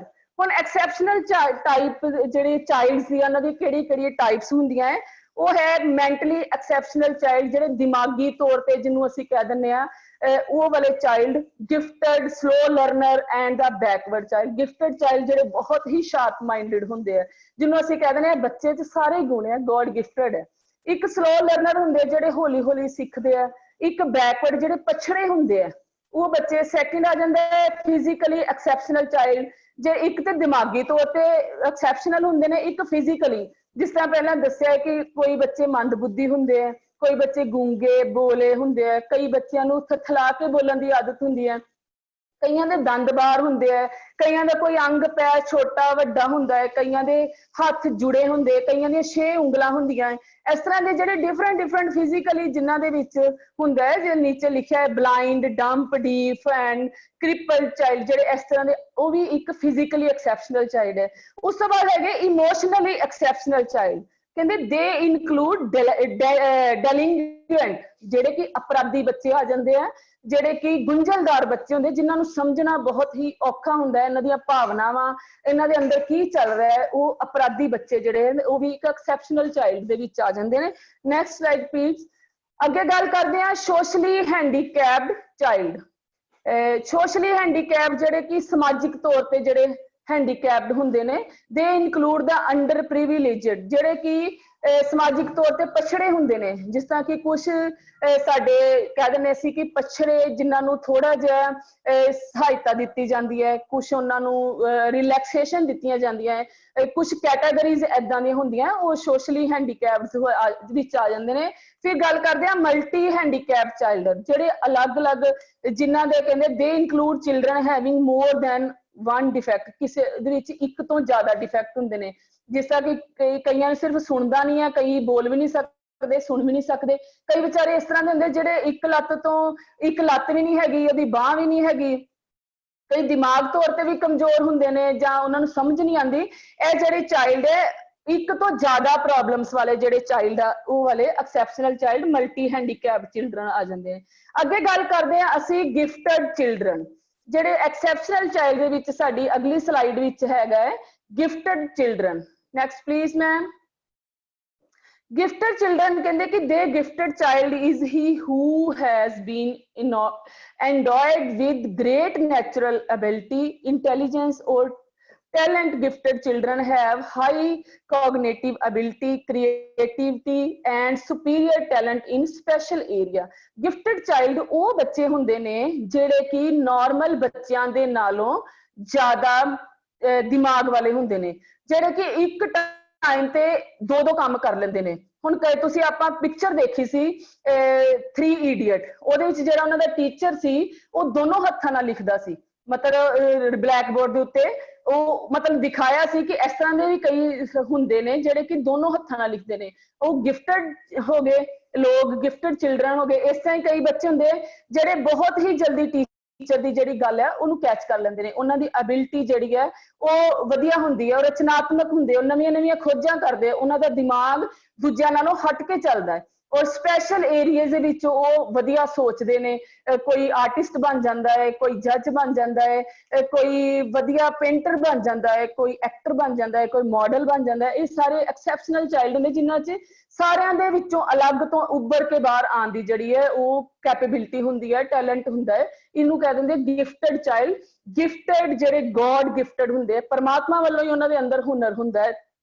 ਅੱਗੇ ਗੱਲ ਕਰਦੇ ਹਾਂ ਕਿ ਕਰੈਕਟਰਿਸਟਿਕ ਗਿਫਟਡ ਚਾਈਲਡ ਦੀ ਕਿਹੜੀਆਂ ਹੈ। ਨੈਕਸਟ ਸਲਾਈਡ ਵਿੱਚ ਦੇਖਦੇ ਅਸੀਂ ਕਹਿੰਦੇ ਹੈਵ ਲਾਰਜ ਵੋਕੈਬਲਰੀ। ਉਹਨਾਂ ਦੇ ਵਿੱਚ ਭਾਸ਼ਾ ਵੋਕੈਬਲਰੀ ਉਹਦੀ ਜ਼ਿਆਦਾ ਹੁੰਦੀ ਹੈ, ਉਹਨਾਂ 'ਚ ਸ਼ਬਦਾਂ ਦੇ ਸ਼ਬਦਕੋਸ਼ ਜ਼ਿਆਦਾ ਹੁੰਦਾ ਹੈ, ਉਹ ਜ਼ਿਆਦਾ ਵਧੀਆ ਤਰੀਕੇ ਨਾਲ ਬੋਲ ਸਕਦੇ ਨੇ। ਕਈ ਜਿਹਨੂੰ ਕਹਿੰਦੇ ਬਹੁਤ ਵਧੀਆ ਬੁਲਾਰਾ ਹੈ, ਉਹਦੇ ਕੋਲ ਉਹਨੇ ਸ਼ਬਦਾਂ ਦੀ ਕੁੰਜੀ ਹੁੰਦੀ ਹੈ, ਸ਼ਬਦਕੋਸ਼ ਹੁੰਦੇ ਹੈ ਕਿ ਉਹ ਵਧੀਆ ਤਰੀਕੇ ਨਾਲ ਗੁੱਡ ਸਪੀਕਰ ਹੁੰਦਾ ਹੈ, ਵਧੀਆ ਭਾਸ਼ਣ ਦੇ ਸਕਦਾ ਹੈ। ਉਹਦੇ ਕੋਲ ਸ਼ਬਦਾਂ ਦਾ ਭੰਡਾਰ ਹੁੰਦਾ ਹੈ। ਐਕਸਪ੍ਰੈਸ ਕਰਿਓਸਿਟੀ, ਉਹ ਆਪਣੀ ਕਰਿਓਸਿਟੀ ਨੂੰ ਐਕਸਪ੍ਰੈਸ ਕਰਦਾ ਹੈ, ਉਹਨੂੰ ਸਿੱਖਣ ਦੀ ਕਰਿਓਸਿਟੀ ਹੁੰਦੀ ਹੈ ਕਿ ਕਲਾਸ ਵਿੱਚ ਅੱਜ ਟੀਚਰ ਨੇ ਕਿਹਾ ਕਿ ਅੱਜ ਮੈਂ ਤੁਹਾਨੂੰ ਇਹ ਚੀਜ਼ ਸਿਖਾਣੀ ਹੈ, ਲੇਕਿਨ ਇਹ ਅਸੀਂ ਟੌਪਿਕ ਇੱਕ ਹਫ਼ਤੇ 'ਚ ਕਵਰ ਕਰਨਾ ਹੈ। ਉਹਦੇ 'ਚ ਇੰਨੀ ਲਾਲਸਾ ਹੁੰਦੀ ਹੈ ਕਿ ਉਹਨੂੰ ਹੁੰਦਾ ਕਿ ਮੈਨੂੰ ਇਹ ਚੀਜ਼ ਜਲਦੀ ਜਲਦੀ ਸਿਖਾਈ ਜਾਏ। ਉਹਦੇ 'ਚ ਕਰਿਓਸਿਟੀ ਹੁੰਦੀ ਹੈ, ਆਪਣੀਆਂ ਭਾਵਨਾਵਾਂ ਨੂੰ ਐਕਸਪ੍ਰੈਸ ਕਰਦਾ ਹੈ ਕਿ ਮੈਡਮ ਮੈਨੂੰ ਜਲਦੀ ਸਿਖਾ ਦਿਓ। ਸਾਡੀ ਕਲਾਸ ਵਿੱਚ ਵੀ ਦੇਖ ਲਓ, ਟ੍ਰੇਡ ਵਿੱਚ ਵੀ ਕੁਝ 2-3 ਸਟੂਡੈਂਟ ਇਸ ਤਰ੍ਹਾਂ ਦੇ ਹੁੰਦੇ ਆ ਜਿਨ੍ਹਾਂ ਨੂੰ ਅਸੀਂ ਹਲਕਾ ਜਿਹਾ ਸਿਰਫ ਮੈਥਡ ਦੱਸਦੇ, ਉਹ ਬੱਚੇ ਸਟਿਚਿੰਗ ਕਰਕੇ ਕੰਪਲੀਟ ਸਾਨੂੰ ਪ੍ਰੋਜੈਕਟ ਦਿਖਾ ਦਿੰਦੇ ਆ। ਔਰ ਕੁਝ ਬੱਚੇ ਇਦਾਂ ਦੇ ਹੁੰਦੇ ਆ ਜਿਨ੍ਹਾਂ ਨੂੰ ਸਾਨੂੰ ਸਟੈਪ ਬਾਏ ਸਟੈਪ ਹਰ ਇੱਕ ਚੀਜ਼ ਨੂੰ ਡਿਟੇਲ 'ਚ ਸਮਝਾਉਣਾ ਪੈਂਦਾ ਹੈ। ਮਤਲਬ ਹੈ ਤੇ ਉਹ ਵੀ ਐਕਸੈਪਸ਼ਨਲ ਹੈ, ਉਹ ਸਲੋ ਲਰਨਰ ਹੈ, ਪਰ ਜਿਹੜੇ ਜਲਦੀ ਸਿੱਖਦੇ ਉਹ ਗਿਫਟਡ ਹੈ। ਉਸ ਤੋਂ ਬਾਅਦ ਆ ਜਾਂਦੇ ਸੈਲਫ ਕ੍ਰਿਟੀਕਲ, ਪਰ ਕਹਿੰਦੇ ਸੈਲਫ ਕ੍ਰਿਟੀਕਲ ਹੁੰਦੇ ਗੁੰਝਲਦਾਰ ਹੁੰਦੇ ਆ। ਇਹਨਾਂ ਦੇ ਵਿੱਚ ਬਹੁਤ ਕੁਝ ਚੱਲਦਾ ਹੈ, ਇਹਨਾਂ ਨੂੰ ਕੰਟਰੋਲ ਕਰਨ ਦੀ ਲੋੜ ਹੁੰਦੀ ਹੈ ਕਿ ਇਹਨਾਂ ਦਾ ਜਿਹੜਾ ਦਿਮਾਗ ਹੈ ਉਹ ਗਲਤ ਰਾਹ ਤੇ ਨਾ ਚੱਲੇ, ਸਿੱਧੇ ਰਾਹ ਤੇ ਰਹਿਣ। ਇਹਨਾਂ ਨੂੰ ਜੱਜਮੈਂਟ ਕਰਨ ਦੀ ਲੋੜ ਹੁੰਦੀ ਹੈ, ਇਹਨਾਂ ਨੂੰ ਸਮਝਣ ਦੀ ਲੋੜ ਹੁੰਦੀ ਹੈ। ਇਸ ਤੋਂ ਬਾਅਦ ਅਸੀਂ ਗੱਲ ਕਰਦੇ ਹਾਂ ਕੁਇਕ ਕੰਪ੍ਰੈਹੈਂਸ਼ਨ। ਉਹ ਕਹਿੰਦੇ ਕਿ ਉਹਦੇ ਕੋਲ ਜਿਸ ਤਰ੍ਹਾਂ ਅਸੀਂ ਕਹਿੰਦੇ ਕਿ ਕੰਪ੍ਰੀਹੈਂਸ਼ਨ ਸਾਨੂੰ ਦਿੱਤਾ ਜਾਂਦਾ, ਇੱਕ ਪੈਰਾਗ੍ਰਾਫ ਦਿੱਤਾ ਜਾਂਦਾ, ਉਹਨੂੰ ਕੁਐਸਚਨ ਦਿੱਤੇ ਜਾਂਦੇ ਉਹਨੂੰ ਸੋਲਵ ਕਰਨ ਦੇ, ਉਹਦੇ ਵਿੱਚ ਉਹ ਕੈਪੇਬਿਲਿਟੀ ਹੁੰਦੀ, ਉਹ ਜਲਦੀ ਤੋਂ ਜਲਦੀ ਉਸ ਚੀਜ਼ ਨੂੰ ਸੋਲਵ ਕਰ ਲੈਂਦਾ ਹੈ। ਕੋਈ ਵੀ ਗੱਲ ਹੈ ਉਹ ਫਟਾਫਟ ਹੱਥ ਖੜਾ ਕਰਦਾ ਹੈ, ਮੈਡਮ ਮੈਨੂੰ ਪਤਾ ਹੈ। ਮਤਲਬ ਇੱਧਰ ਉੱਧਰ ਦੇ ਆਲੇ ਦੁਆਲੇ ਦੀਆਂ ਗੱਲਾਂ ਵੱਲ ਵੀ ਬਹੁਤ ਧਿਆਨ ਦਿੰਦੇ ਆ, ਨੌਲੇਜ ਵਿੱਚ ਆਪਣਾ ਵਾਧਾ ਕਰਦੇ ਰਹਿੰਦੇ ਆ। ਅੱਗੇ ਕੀਨ ਅਬਜ਼ਰਵਰ, ਉਹ ਮਤਲਬ ਬਹੁਤ ਤੀਖਣ ਬੁੱਧੀ ਦੇ ਹੁੰਦੇ ਆ, ਉਹਨਾਂ ਦੀ ਅਬਜ਼ਰਵੇਸ਼ਨ ਬਹੁਤ ਹੀ ਸ਼ਾਰਪ ਹੁੰਦੀ ਹੈ।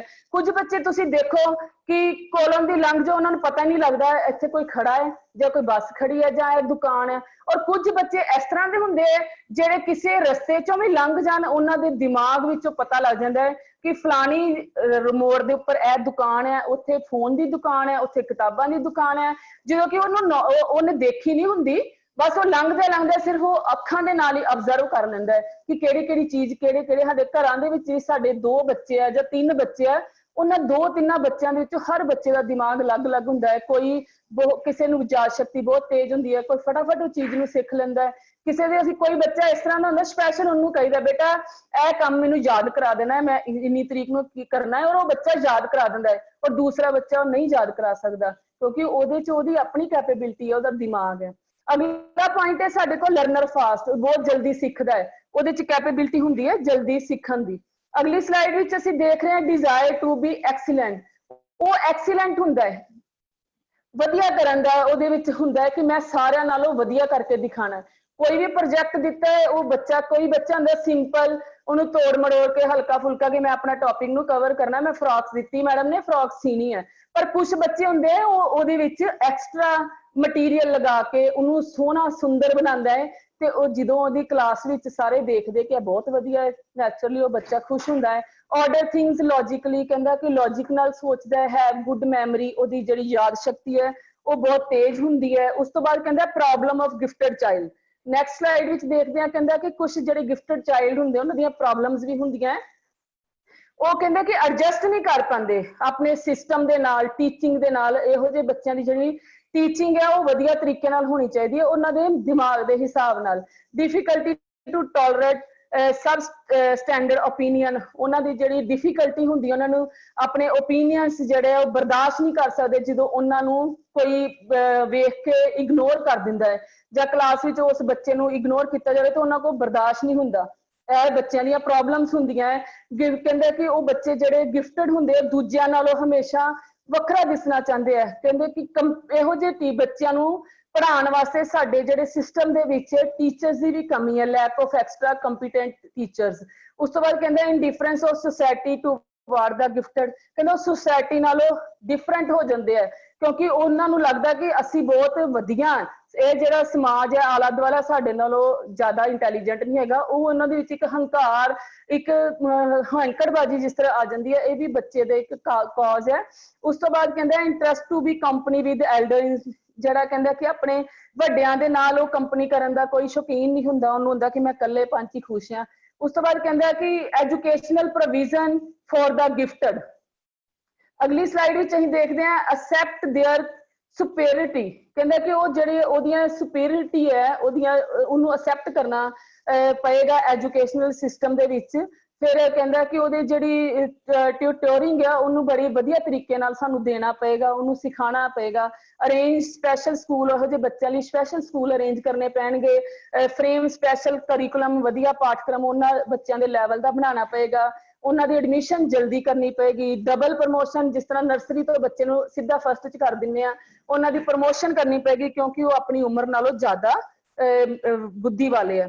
ਇਸ ਤੋਂ ਬਾਅਦ ਗੱਲ ਕਰਦੇ ਆ ਸਲੋ ਲਰਨਰ। ਸਲੋ ਲਰਨਰ ਕਹਿੰਦੇ ਕਿ ਉਹ ਬੱਚੇ ਹੁੰਦੇ ਆ, ਅਗਲੀ ਸਲਾਈਡ ਵਿੱਚ ਅਸੀਂ ਦੇਖਦੇ ਹਾਂ, slow learner is a state of being, next slide ma'am, slow learner is a state of being below the normally accepted level in learning of things। ਕਹਿੰਦੇ ਜਿਹੜੇ slow learner ਹੁੰਦੇ ਦੂਜਿਆਂ ਨਾਲੋਂ ਹੌਲੀ ਸਿੱਖਦੇ ਆ।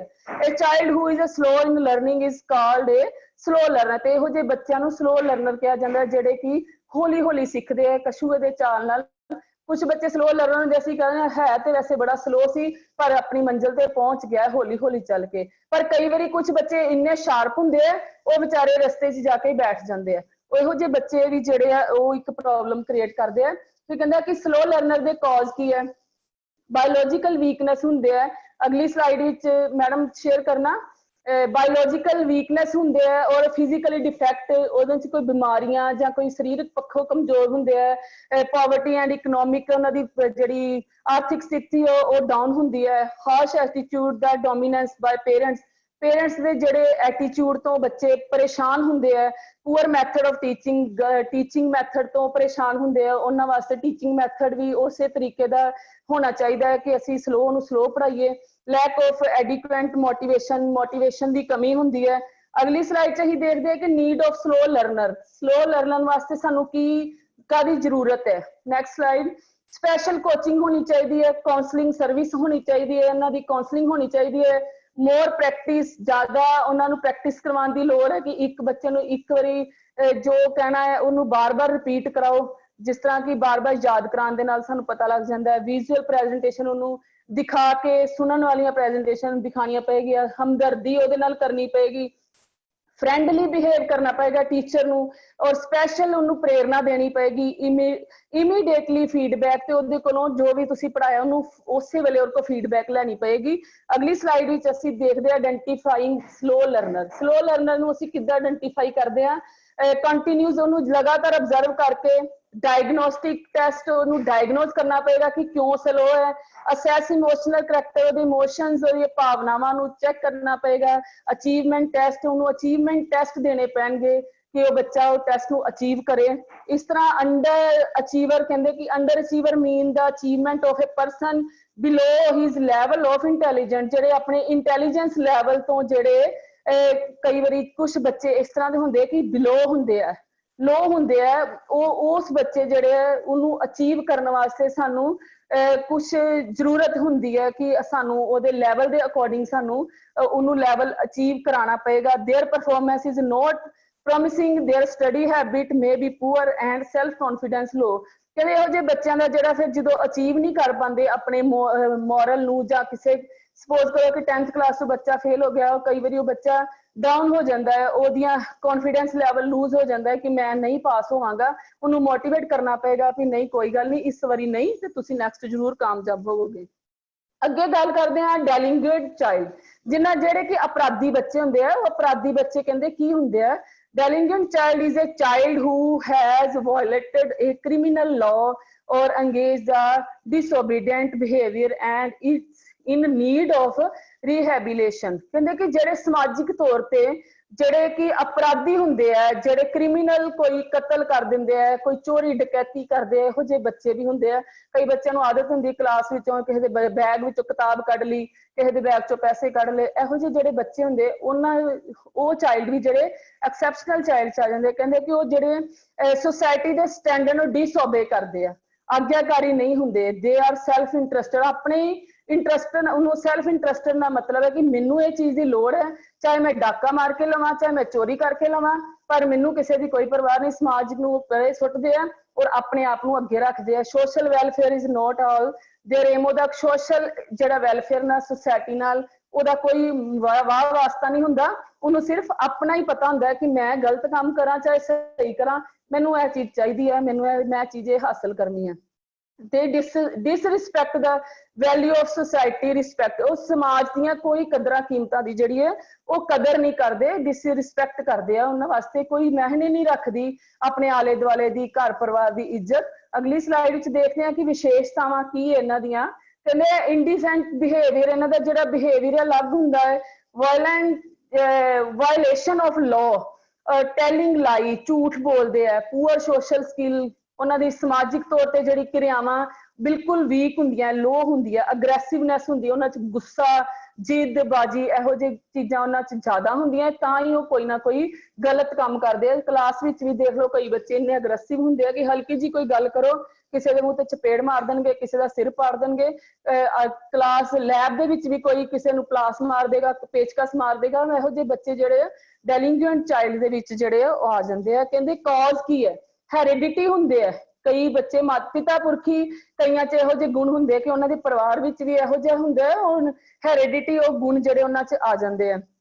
ਇਨਵਾਇਰਮੈਂਟਲ ਕੇਸ, ਉਹਦੇ ਵਾਤਾਵਰਣ ਦੇ ਜਿਹੜੇ ਆਲੇ ਦੁਆਲੇ ਦੇ ਜਿਹੜੇ ਆ ਉਹ ਵੀ ਕਾਰਨ ਹੋ ਸਕਦਾ ਹੈ ਕਿ ਉਹਦੇ ਪਰਿਵਾਰਕ ਮਾਤਾ ਪਿਤਾ ਦੇ ਰਿਲੇਸ਼ਨ ਕਿਸ ਤਰ੍ਹਾਂ ਦੇ ਹੈ, ਉਹਦੀ ਫੈਮਿਲੀ ਰਿਲੇਸ਼ਨ ਕਿਸ ਤਰ੍ਹਾਂ ਦੀ ਹੈ, ਉਹਦੀ ਫੈਮਿਲੀ ਬੈਕਗ੍ਰਾਉਂਡ ਕਿਸ ਤਰ੍ਹਾਂ ਦੀ ਹੈ, ਉਹ ਵੀ ਇੱਕ ਕਾਰਨ ਹੋ ਜਾਂਦਾ ਹੈ ਅਪਰਾਧੀ ਬੱਚਿਆਂ ਨੂੰ ਜਿਹੜਾ ਹੈ ਉਹ ਮਤਲਬ ਬਣਾਉਣ ਵਾਸਤੇ। ਕਿਉਂਕਿ ਜਨਮ ਤੋਂ ਕੋਈ ਬੱਚਾ ਵੀ ਗਲਤ ਨਹੀਂ ਹੁੰਦਾ, ਉਹ ਆਪਣੇ ਹਾਲਾਤਾਂ ਦੇ ਹਿਸਾਬ ਨਾਲ ਉਹਦੇ ਵਿੱਚ ਉਹੋ ਜਿਹੇ ਕਾਰਨ ਗੁਣ ਆ ਜਾਂਦੇ ਆ। ਅੱਗੇ ਕਹਿੰਦਾ ਪਰਸਨਲ ਔਰ ਫਿਜ਼ੀਕਲ ਫਿਜ਼ੀਓਲੋਜੀਕਲ ਕਾਜ਼, ਪਰਸਨਲ ਵੀ ਕਾਜ਼ ਹੋ ਜਾਂਦੇ ਉਹਦੇ ਆਪਣੇ, ਔਰ ਸਾਈਡਾਂ ਦੇ ਆਲੇ ਦੁਆਲੇ ਦੇ ਮਾਨਸਿਕ ਸਥਿਤੀ ਦੇ। ਇਹ ਵੀ ਇੱਕ ਕਾਰਨ ਹੈ ਕਿ ਜੇ ਉਹ ਸਹੀ ਤਰੀਕੇ ਨਾਲ ਮਾਨਸਿਕ ਤੌਰ ਤੇ ਬਿਮਾਰ ਹੈ, ਉਹ ਨਹੀਂ ਸਹੀ ਤਰੀਕੇ ਨਾਲ ਸੋਚਦਾ, ਨੈਗੇਟਿਵਿਟੀ ਚ ਜਾਂਦਾ ਹੈ, ਕਿ ਉਹ ਵੀ ਇੱਕ ਕਾਰਨ ਹੈ ਉਹਨੂੰ ਅਪਰਾਧੀ ਬੱਚਾ ਬਣਾਉਣ ਦੇ ਲਈ। ਫਿਰ ਕਹਿੰਦਾ ਉਹਨੂੰ ਅਸੀਂ ਪ੍ਰੀਵੈਂਟ ਕਿਸ ਤਰ੍ਹਾਂ ਕਰਨਾ ਹੈ। ਅਗਲੀ ਸਲਾਈਡ 'ਚ ਮਾਈਅਰ ਟੂ ਪ੍ਰੀਵੈਂਟ, ਉਹਨੂੰ ਕਿਸ ਤਰ੍ਹਾਂ ਮਾਪਣਾ ਕਿਸ ਤਰ੍ਹਾਂ ਹੈ ਔਰ ਉਸ ਨੂੰ ਸੁਧਾਰਨਾ ਕਿਸ ਤਰ੍ਹਾਂ ਹੈ। ਐਜੂਕੇਟਿਡ ਦਾ ਪੇਰੈਂਟਸ, ਕਹਿੰਦੇ ਪੇਰੈਂਟਸ ਨੂੰ ਐਜੂਕੇਟ ਹੋਣਾ ਪਏਗਾ ਆਪਣੇ ਬੱਚਿਆਂ ਦੇ ਪ੍ਰਤੀ, ਉਹਨਾਂ ਨੂੰ ਨਾਲ ਦੀ ਨਾਲ ਚੈੱਕ ਕਰਨਾ ਪਏਗਾ, ਸਮਝਾਉਣਾ ਪਏਗਾ। ਨਹੀਂ ਤੇ ਟੀਚਰ ਨੂੰ, ਪੇਰੈਂਟਸ ਨੂੰ ਬੁਲਾ ਕੇ ਗਾਈਡ ਕਰਨਾ ਪਏਗਾ ਕਿ ਤੁਸੀਂ ਆਪਣੇ ਬੱਚੇ ਨੂੰ ਸਮਝਾਓ। ਐਡੀਸ਼ਨਲ ਟਿਊਸ਼ਨ ਦੇਣੀ ਪਏਗੀ ਕਿ ਬੱਚਾ ਬਿਜ਼ੀ ਰਵੇ, ਸਕੂਲ ਤੋਂ ਬਾਅਦ ਟਿਊਸ਼ਨ ਚਲ ਜਾਏ, ਐਕਸਟਰਾ ਕੋਚਿੰਗ ਕਲਾਸਾਂ ਲਗਾਏ। ਕਾਉਂਸਲਿੰਗ ਸਰਵਿਸ ਹੋਣੀ ਚਾਹੀਦੀ ਹੈ ਇਹੋ ਜਿਹੇ ਬੱਚਿਆਂ ਦੀ, ਕਾਉਂਸਲਿੰਗ ਕਰਨੀ ਚਾਹੀਦੀ ਹੈ, ਉਸਨੂੰ ਗੱਲਬਾਤ ਕਰਨੀ ਚਾਹੀਦੀ ਹੈ, ਉਹਦੇ ਵਿੱਚੋਂ ਉਹ ਚੀਜ਼ਾਂ ਦੂਰ ਹੋ ਜਾਣ। ਬੱਚੇ ਨੂੰ ਬਿਜ਼ੀ ਰੱਖਣਾ ਚਾਹੀਦਾ ਹੈ, ਉਹਨੂੰ ਗੇਮਸ ਵੱਲ ਲਗਾਓ, ਸਟੱਡੀ ਵੱਲ ਲਗਾਓ, ਕਿਸੇ ਨਾ ਕਿਸੇ ਘਰ ਦੇ ਕੰਮਾਂ 'ਚ ਲਗਾਓ, ਤੇ ਉਸਨੂੰ ਖੇਤੀਬਾੜੀ 'ਚ ਲਗਾ ਦਿਓ ਵੀ ਨਾਲ ਤੁਸੀਂ ਬਾਗਬਾਨੀ ਕਰੋ, ਜਾਂ ਕੋਈ ਉਹਦੇ ਟੈਲੈਂਟ ਦੇ ਹਿਸਾਬ ਨਾਲ, ਉਹਦੇ ਟੇਸਟ ਦੇ ਹਿਸਾਬ ਨਾਲ ਉਹਨੂੰ ਕ੍ਰੀਏਟਿਵ ਚੀਜ਼ਾਂ ਦਿਓ। Improving family condition of learner, ਕਹਿੰਦੇ ਕਿ ਉਹਦੀ ਫੈਮਿਲੀ ਕੰਡੀਸ਼ਨ ਨੂੰ ਜਿਹੜਾ ਉਹਨੂੰ ਇੰਪਰੂਵ ਕਰਨ ਦੀ ਕੋਸ਼ਿਸ਼ ਕਰੋ ਕਿ ਉਹਦੀ ਫੈਮਿਲੀ ਬੈਕਗ੍ਰਾਉਂਡ ਵੀ ਵਧੀਆ ਹੋ ਜਾਏ ਤਾਂ ਕਿ ਉਹ ਬੱਚਾ ਵੀ ਸੁਧਰ ਜਾਏ। ਮੋਡੀਫਿਕੇਸ਼ਨ ਆਫ ਦਾ ਕਰਿਕੂਲਮ, ਤੇ ਉਹਦੇ ਹਿਸਾਬ ਨਾਲ ਜਿਹੜਾ ਕਰਿਕੂਲਮ ਨੂੰ ਡਿਜ਼ਾਈਨ ਕੀਤਾ ਜਾਏ, ਮੋਡੀਫਾਈ ਕੀਤਾ ਜਾਏ। ਇਸ ਤੋਂ ਬਾਅਦ ਗੱਲ ਕਰਦੇ ਹਾਂ ਫਿਜ਼ੀਕਲੀ ਹੈਂਡੀਕੈਪਡ ਚਾਈਲਡ। ਅਗਲੀ ਸਾਈਡ ਵਿੱਚ ਅਸੀਂ ਦੇਖਦੇ ਹਾਂ ਕਿ ਜਿਹੜੇ ਫਿਜ਼ੀਕਲ ਹੈਂਡੀਕੈਪਡ ਚਾਈਲਡ ਹੁੰਦੇ ਆ ਉਹ ਵੀ ਐਕਸੈਪਸ਼ਨਲ ਚਾਈਲਡ ਹੁੰਦੇ ਆ। Next slide ma'am. Physically handicapped children means the children with physical disability, ਕਹਿੰਦਾ ਕਿ ਜਿਹੜਾ ਫਿਜ਼ੀਕਲੀ ਚਿਲਡਰਨ ਹੈਂਡੀਕੈਪਡ ਹੁੰਦੇ ਆ ਉਹ ਵੀ ਅਲੱਗ ਹੁੰਦੇ ਆ, ਐਕਸੈਪਸ਼ਨਲ ਹੁੰਦੇ ਆ। ਜਿਹੜੇ ਕਿ ਗੂੰਗੇ, ਬੋਲੇ, ਜਾਂ ਕੋਈ ਘੱਟ ਸੁਣਦੇ ਆ, ਉਹ ਜਿਹੜੇ ਬੱਚੇ ਵੀ ਜਿਹੜੇ ਆ ਉਹ ਜਿਹੜੇ ਹੁੰਦੇ ਆ ਐਕਸੈਪਸ਼ਨਲ ਚਾਈਲਡ, ਫਿਜ਼ੀਕਲੀ ਸਰੀਰਕ ਤੌਰ ਤੇ ਹੈਂਡੀਕੈਪਡ ਹੁੰਦੇ ਆ, ਉਹਨਾਂ ਦੀ ਜਿਹੜੀ ਟੀਚਿੰਗ ਹੈ, ਕਈ ਜਿਹੜੇ ਅੰਨੇ ਹੁੰਦੇ ਆ ਜਿਨ੍ਹਾਂ ਨੂੰ ਦਿਖਾਈ ਨਹੀਂ ਦਿੰਦਾ, ਉਹਨਾਂ ਨੂੰ ਬ੍ਰੇਲ ਲਿਪੀ ਦੇ ਵਿੱਚ ਸਿਖਾਇਆ ਜਾਂਦਾ ਹੈ, ਬ੍ਰੇਲ ਲਿਪੀ 'ਚ ਉਹਨਾਂ ਨੂੰ ਲਿਖਣ ਲਈ ਦੱਸਿਆ ਜਾਂਦਾ ਹੈ, ਉਹੋ ਜਿਹਾ ਸਿਲੇਬਸ ਤਿਆਰ ਕੀਤਾ ਜਾਂਦਾ ਹੈ, ਰਿਕਾਰਡ ਬਣਾਇਆ ਜਾਂਦਾ ਹੈ, ਅਬੈਕਸ ਟੈਕਨੀਕ ਨਾਲ ਪੜ੍ਹਾਇਆ ਜਾਂਦਾ ਹੈ। ਡੀਫ ਜਿਹੜੇ ਸੁਣਦੇ ਨਹੀਂ ਹੈ ਉਹਨਾਂ ਦੀ ਟੀਚਿੰਗ ਜਿਹੜੇ ਹੱਥਾਂ ਦੇ ਇਸ਼ਾਰਿਆਂ ਦਾ ਨਾਲ ਉਹਨਾਂ ਨੂੰ ਸਮਝਾਇਆ ਜਾਂਦਾ ਹੈ, ਫਿੰਗਰ ਸਪੈਲਿੰਗਸ ਦੇ ਨਾਲ, ਫਿੰਗਰ ਦੇ ਨਾਲ ਉਹਨਾਂ ਨੂੰ ਇਸ਼ਾਰੇ ਕਰਕੇ ਦੱਸਿਆ ਜਾਂਦਾ ਹੈ 1 5 7 ਕਿਸ ਤਰ੍ਹਾਂ ਬਣਨਾ ਹੈ, ਦਿਸ ਦੈਟ ਕਿਸ ਤਰ੍ਹਾਂ ਬਣਨਾ ਹੈ। ਮਲਟੀ ਹੈਂਡੀਕੈਪ ਚਿਲਡਰਨ ਕਹਿੰਦੇ have more than one disability, ਜਿਹੜੇ ਮਲਟੀ ਹੈਂਡੀਕੈਪ ਗੂੰਗੇ ਬੋਲੇ ਅੰਨੇ ਤਿੰਨ ਜਿਨ੍ਹਾਂ ਦੇ ਵਿੱਚ ਕਮੀਆਂ ਹੋਣਗੀਆਂ ਸਰੀਰਕ ਤੌਰ ਤੇ, ਉਹ ਬੱਚੇ ਆ ਜਾਂਦੇ ਆ। ਦੇ need special treatment and care, ਇਹੋ ਜਿਹੇ ਜਿਹੜੇ ਬੱਚੇ ਹੁੰਦੇ ਆ ਕਹਿੰਦੇ ਇਹਨਾਂ ਨੂੰ ਸਪੈਸ਼ਲ ਟ੍ਰੀਟਮੈਂਟ ਦੀ ਜ਼ਰੂਰਤ ਪੈਂਦੀ ਹੈ, ਸਪੈਸ਼ਲ ਇਹਨਾਂ ਨੂੰ ਕੇਅਰ ਦੀ ਜ਼ਰੂਰਤ ਪੈਂਦੀ ਹੈ, ਤਾਂ ਹੀ ਇਹੋ ਜਿਹੇ ਬੱਚਿਆਂ ਵਾਸਤੇ ਸਪੈਸ਼ਲ ਘਰ ਬਣੇ ਆ, ਸਪੈਸ਼ਲ ਆਸ਼ਰਮ ਬਣੇ ਆ, ਸਪੈਸ਼ਲ ਸਕੂਲ ਬਣੇ ਆ ਜਿੱਥੇ ਇਹੋ ਜਿਹੇ ਬੱਚਿਆਂ ਨੂੰ ਇੱਕੋ ਜਿਹੀ ਸਟੱਡੀ ਦਿੱਤੀ ਜਾਂਦੀ ਹੈ। ਅਗਲੀ ਸਲਾਈਡ ਵਿੱਚ ਅਸੀਂ ਡਿਸਕਸ ਕਰਦੇ ਹਾਂ ਕਿ ਸਾਡਾ ਕਨਕਲੂਜਨ ਕੀ ਨਿਕਲਿਆ ਐਜੂਕੇਸ਼ਨਲ ਸਾਈਕੋਲੋਜੀ ਤੋਂ। ਕਹਿੰਦੇ ਕਿ ਐਜੂਕੇਸ਼ਨਲ ਸਾਈਕੋਲੋਜੀ ਤੋਂ ਇੱਕ ਮੈਂ ਪਿਕਚਰ ਤੁਹਾਨੂੰ ਦਿਖਾਈ ਹੈ, ਇੱਕ ਮਦਰ ਜਿਹੜੀ ਹੈ ਉਹ ਆਪਣੇ ਬੱਚੇ ਨੂੰ ਗਲ ਦੇ ਨਾਲ ਲਗਾਇਆ ਹੈ, ਤੇ ਇਹ ਜਿਹੜੀ ਹੈਗੀ ਡਾਕਟਰ ਟੈਂਪਲ ਗ੍ਰੈਡਨ ਜਿਹੜੀ ਇੱਕ ਲੇਡੀ ਹੋਈ ਹੈ, ਦਾਰਸ਼ਨਿਕ ਹੋਈ ਹੈ, ਜਿਸਨੇ ਕਿ 60 ਕਿਤਾਬਾਂ ਲਿਖੀਆਂ ਹੈ ਸਾਈਕੋਲੋਜੀ ਦੇ ਉੱਤੇ, ਬੱਚਿਆਂ ਦੇ ਉੱਤੇ ਸਟੱਡੀ ਕਰਕੇ। ਕਹਿੰਦੇ ਕਿ ਕੀ ਇਸ ਗੱਲ ਤੇ ਬਹੁਤ ਜ਼ੋਰ ਦੇਣ ਦੀ ਲੋੜ ਹੈ ਕਿ ਬੱਚਾ ਕੀ ਕਰ ਸਕਦਾ ਹੈ, ਮਤਲਬ ਕਹਿੰਦਾ ਕਿ ਮਤਲਬ ਇਸ ਗੱਲ ਤੇ ਲੋੜ ਹੈ ਜ਼ੋਰ ਦੇਣ ਦੀ ਕਿ ਬੱਚਾ ਕੀ ਕਰ ਸਕਦਾ ਹੈ, ਜਾਂ ਕਹਿੰਦਾ ਨਾ ਕਿ ਇਸ ਗੱਲ ਤੇ ਕਿ ਉਹ ਕੀ ਨਹੀਂ ਕਰ ਸਕਦਾ। ਜਿਸ ਤਰ੍ਹਾਂ ਕਿ ਅਸੀਂ ਕਹਿੰਦੇ ਭਰਿਆ ਗਲਾਸ, ਕੁਝ ਦੇਖਦੇ ਅੱਧਾ ਗਲਾਸ ਭਰਿਆ, ਕੁਝ ਦੇਖਦੇ ਅੱਧਾ ਗਲਾਸ ਖਾਲੀ ਹੈ, ਇਸੇ ਤਰ੍ਹਾਂ ਹੀ ਕਹਿੰਦੇ ਕਿ ਅਸੀਂ ਇਹ ਨਹੀਂ ਦੇਖਣਾ ਕਿ ਬੱਚਾ ਕੀ ਕਰ ਸਕਦਾ ਹੈ ਜਾਂ ਕੀ ਨਹੀਂ ਕਰ ਸਕਦਾ, ਅਸੀਂ ਇਹ ਦੇਖਣਾ ਕਿ ਬੱਚਾ ਕੀ ਕਰ ਸਕਦਾ ਹੈ। ਸੈਕਿੰਡ ਕਹਿੰਦਾ ਕਿ every child is gifted, every child ਜਿਹੜਾ ਹੈ ਉਹ ਇੱਕ ਗਿਫਟਡ ਹੈ, ਹਰ ਇੱਕ ਬੱਚਾ ਜਿਹੜਾ ਕਿ ਗਿਫਟਡ ਹੁੰਦਾ ਹੈ, ਜੋ ਕਿ ਪੈਕੇਜ ਵੱਖ-ਵੱਖ ਤਰ੍ਹਾਂ ਦੇ ਖੋਲਦਾ ਹੈ, ਇੱਕ ਅਲੱਗ ਟਿਊਨਸ ਦੇ ਨਾਲ, ਧੁਨਾਂ ਦੇ ਮੁਤਾਬਿਕ ਉਹਦੇ ਅੰਦਰ ਭੰਡਾਰ ਹੁੰਦਾ ਹੈ, ਪੈਕੇਜ ਹੁੰਦਾ ਹੈ। ਜਿਸ ਤਰ੍ਹਾਂ ਕਹਿੰਦੇ ਛੋਟਾ ਪੈਕਟ ਬੜਾ ਧਮਾਕਾ, ਕਈ ਬੱਚੇ ਇਸ ਤਰ੍ਹਾਂ ਦੇ ਹੁੰਦੇ ਆ ਕਿ ਉਹਨਾਂ ਦੇ ਵਿੱਚ ਬਹੁਤ ਸਾਰੇ ਟੈਲੈਂਟ ਹੁੰਦੇ ਆ ਜਿਹੜੇ ਕਿ ਲੁਕੇ ਹੁੰਦੇ, ਉਹਨੂੰ ਬਾਹਰ ਕੱਢਣ ਦੀ ਲੋੜ ਹੁੰਦੀ ਹੈ। ਅੱਗੇ ਕਹਿੰਦਾ ਕਿ ਤੀਸਰੀ ਸਲਾਈਡ ਵਿੱਚ ਕਹਿੰਦਾ ਹੈ ਟੀਚਰ ਜੋ ਆਪਣੇ ਵਿਦਿਆਰਥੀ ਨੂੰ ਉਹਨਾਂ ਦੀਆਂ ਗਵਾਚੀਆਂ ਹੋਈਆਂ ਚੀਜ਼ਾਂ ਲੱਭਣ ਵਿੱਚ ਮਦਦ ਕਰਦਾ ਹੈ, ਕਿਸੇ ਸਮੇਂ ਉਸਦਾ ਬੈਗ, ਉਸਦਾ ਜੈਕਟ, ਉਸਦਾ ਪੇਪਰ, ਪਰ ਕਿਸੇ ਸਮੇਂ ਉਸਦੇ ਅੰਦਰ ਉਤਸ਼ਾਹ ਭਰਨਾ, ਹਿੰਮਤ, ਭਰੋਸਾ ਅਤੇ ਮੁਸਕਰਾਹਟ, ਕੌਨਫੀਡੈਂਸ ਭਰਨਾ ਤੇ ਮੁਸਕਰਾਹਟ ਭਰਨਾ ਵੀ ਇੱਕ ਟੀਚਰ ਦਾ ਜਿਹੜਾ ਟੈਲੈਂਟ ਹੁੰਦਾ ਹੈ। ਇਹ ਸਾਡਾ ਸਿੱਟਾ ਇਹੋ ਨਿਕਲਦਾ ਹੈ ਕਿ ਐਜੂਕੇਸ਼ਨਲ ਸਾਈਕੋਲੋਜੀ ਜਿਹੜਾ ਕਿ ਅਸੀਂ 2 ਭਾਗਾਂ ਦੇ ਵਿੱਚ ਆਪਣੇ ਟੌਪਿਕ ਨੂੰ ਪੂਰਾ ਕੀਤਾ, ਉਹਦੇ ਵਿੱਚ ਅਸੀਂ ਇਹੋ ਹੀ ਦੇਖਿਆ ਕਿ ਇੱਕ ਟੀਚਰ ਨੂੰ ਐਜੂਕੇਸ਼ਨਲ ਸਟੱਡੀ ਦੇ ਨਾਲ ਬੱਚਿਆਂ ਨੂੰ ਸਾਰੀ ਉਹਦੀ ਮਾਨਸਿਕ ਸਥਿਤੀ ਦਾ ਜਾਇਜ਼ਾ ਲੈਣਾ ਆਉਣਾ ਚਾਹੀਦਾ ਹੈ, ਉਹਦੀਆਂ ਭਾਵਨਾਵਾਂ ਨੂੰ ਸਮਝਣਾ ਆਉਣਾ ਚਾਹੀਦਾ ਹੈ, ਤਾਂ ਕਿ ਜਿਹੜਾ ਉਹਨਾਂ ਦਾ ਸਟੂਡੈਂਟਸ ਹੈ ਆਪਣੀ ਓਵਰਆਲ ਡਿਵੈਲਪਮੈਂਟ ਕਰ ਸਕੇ, ਸਮਾਜ ਦੇ ਵਿੱਚ ਤਰੱਕੀਆਂ ਕਰ ਸਕੇ ਔਰ ਵਧੀਆ ਤਰੀਕੇ ਨਾਲ ਆਪਣੀ ਜਿਹੜੀ ਲਾਈਫ ਨੂੰ ਉਹ ਬਿਤਾ ਸਕੇ। ਇਹ ਇੱਕ ਟੀਚਰ ਦੇ ਵਿੱਚ ਗੁਣ ਹੋਣੇ ਚਾਹੀਦੇ ਆ, ਟੀਚਰ ਦੇ ਵਿੱਚ ਟੈਲੈਂਟ ਹੋਣਾ ਚਾਹੀਦਾ ਹੈ ਆਪਣੇ ਬੱਚਿਆਂ ਨੂੰ, ਟ੍ਰੇਨਿੰਗਸ ਨੂੰ ਪਰਖਣ ਦਾ। ਕਿ ਐਜੂਕੇਸ਼ਨਲ ਸਾਈਕੋਲੋਜੀ ਦਾ ਮੇਰਾ ਟੌਪਿਕ ਇੱਥੇ ਹੀ ਖਤਮ ਹੁੰਦਾ ਹੈ।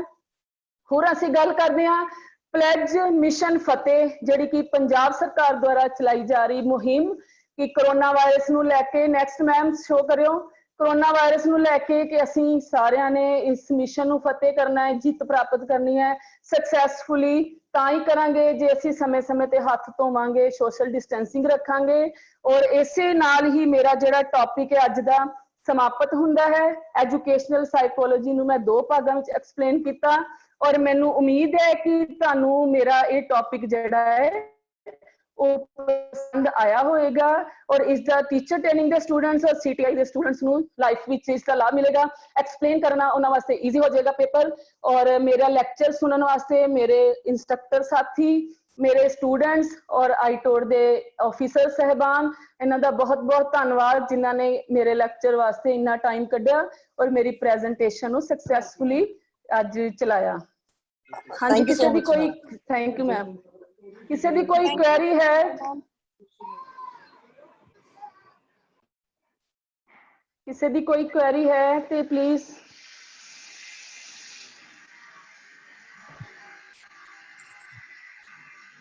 मैम शुरू के स्लाइड्स दिखाएंगे प्लीज।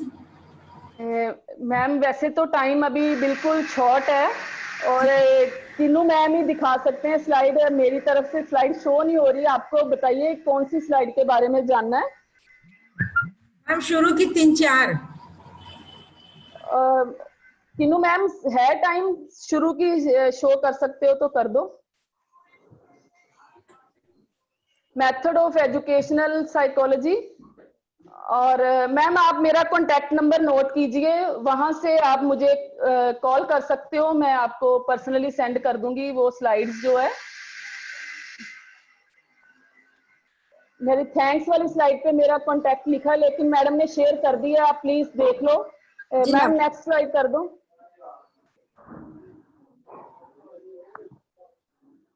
हाँ जी मैम नोट कीजिए।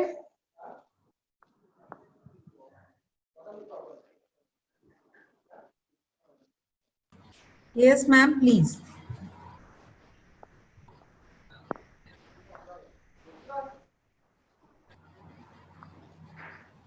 हो गया मैम? मैम नंबर बताइए आप। वो तो मैम contact number नाइन लिख- एट हाँ 768 हाँ 8577। कहाँ से बोल रहे हैं मैम आप? 777। मैम ये रायपुर से। हाँ रायपुर बरेली ना ma'am, Chhattisgarh. Chhattisgarh. Okay ma'am, thank you so much, आपने हमारा लेक्चर अटेंड किया। और ये मेरा स्क्रीन के ऊपर ईमेल और मिल रहा है मोबाइल मैम। नंबर शो हो रहा है, आप प्लीज इसका थैंक यू स्क्रीनशॉट सो ले मच, सकते हैं। Thank you so much. आज थैंक यू का मैम। लेक्चर बहुत बहुत अच्छा था। Thank you ma'am, thank you so much. हाँ जी, कोई और है क्वेरी किसी दी?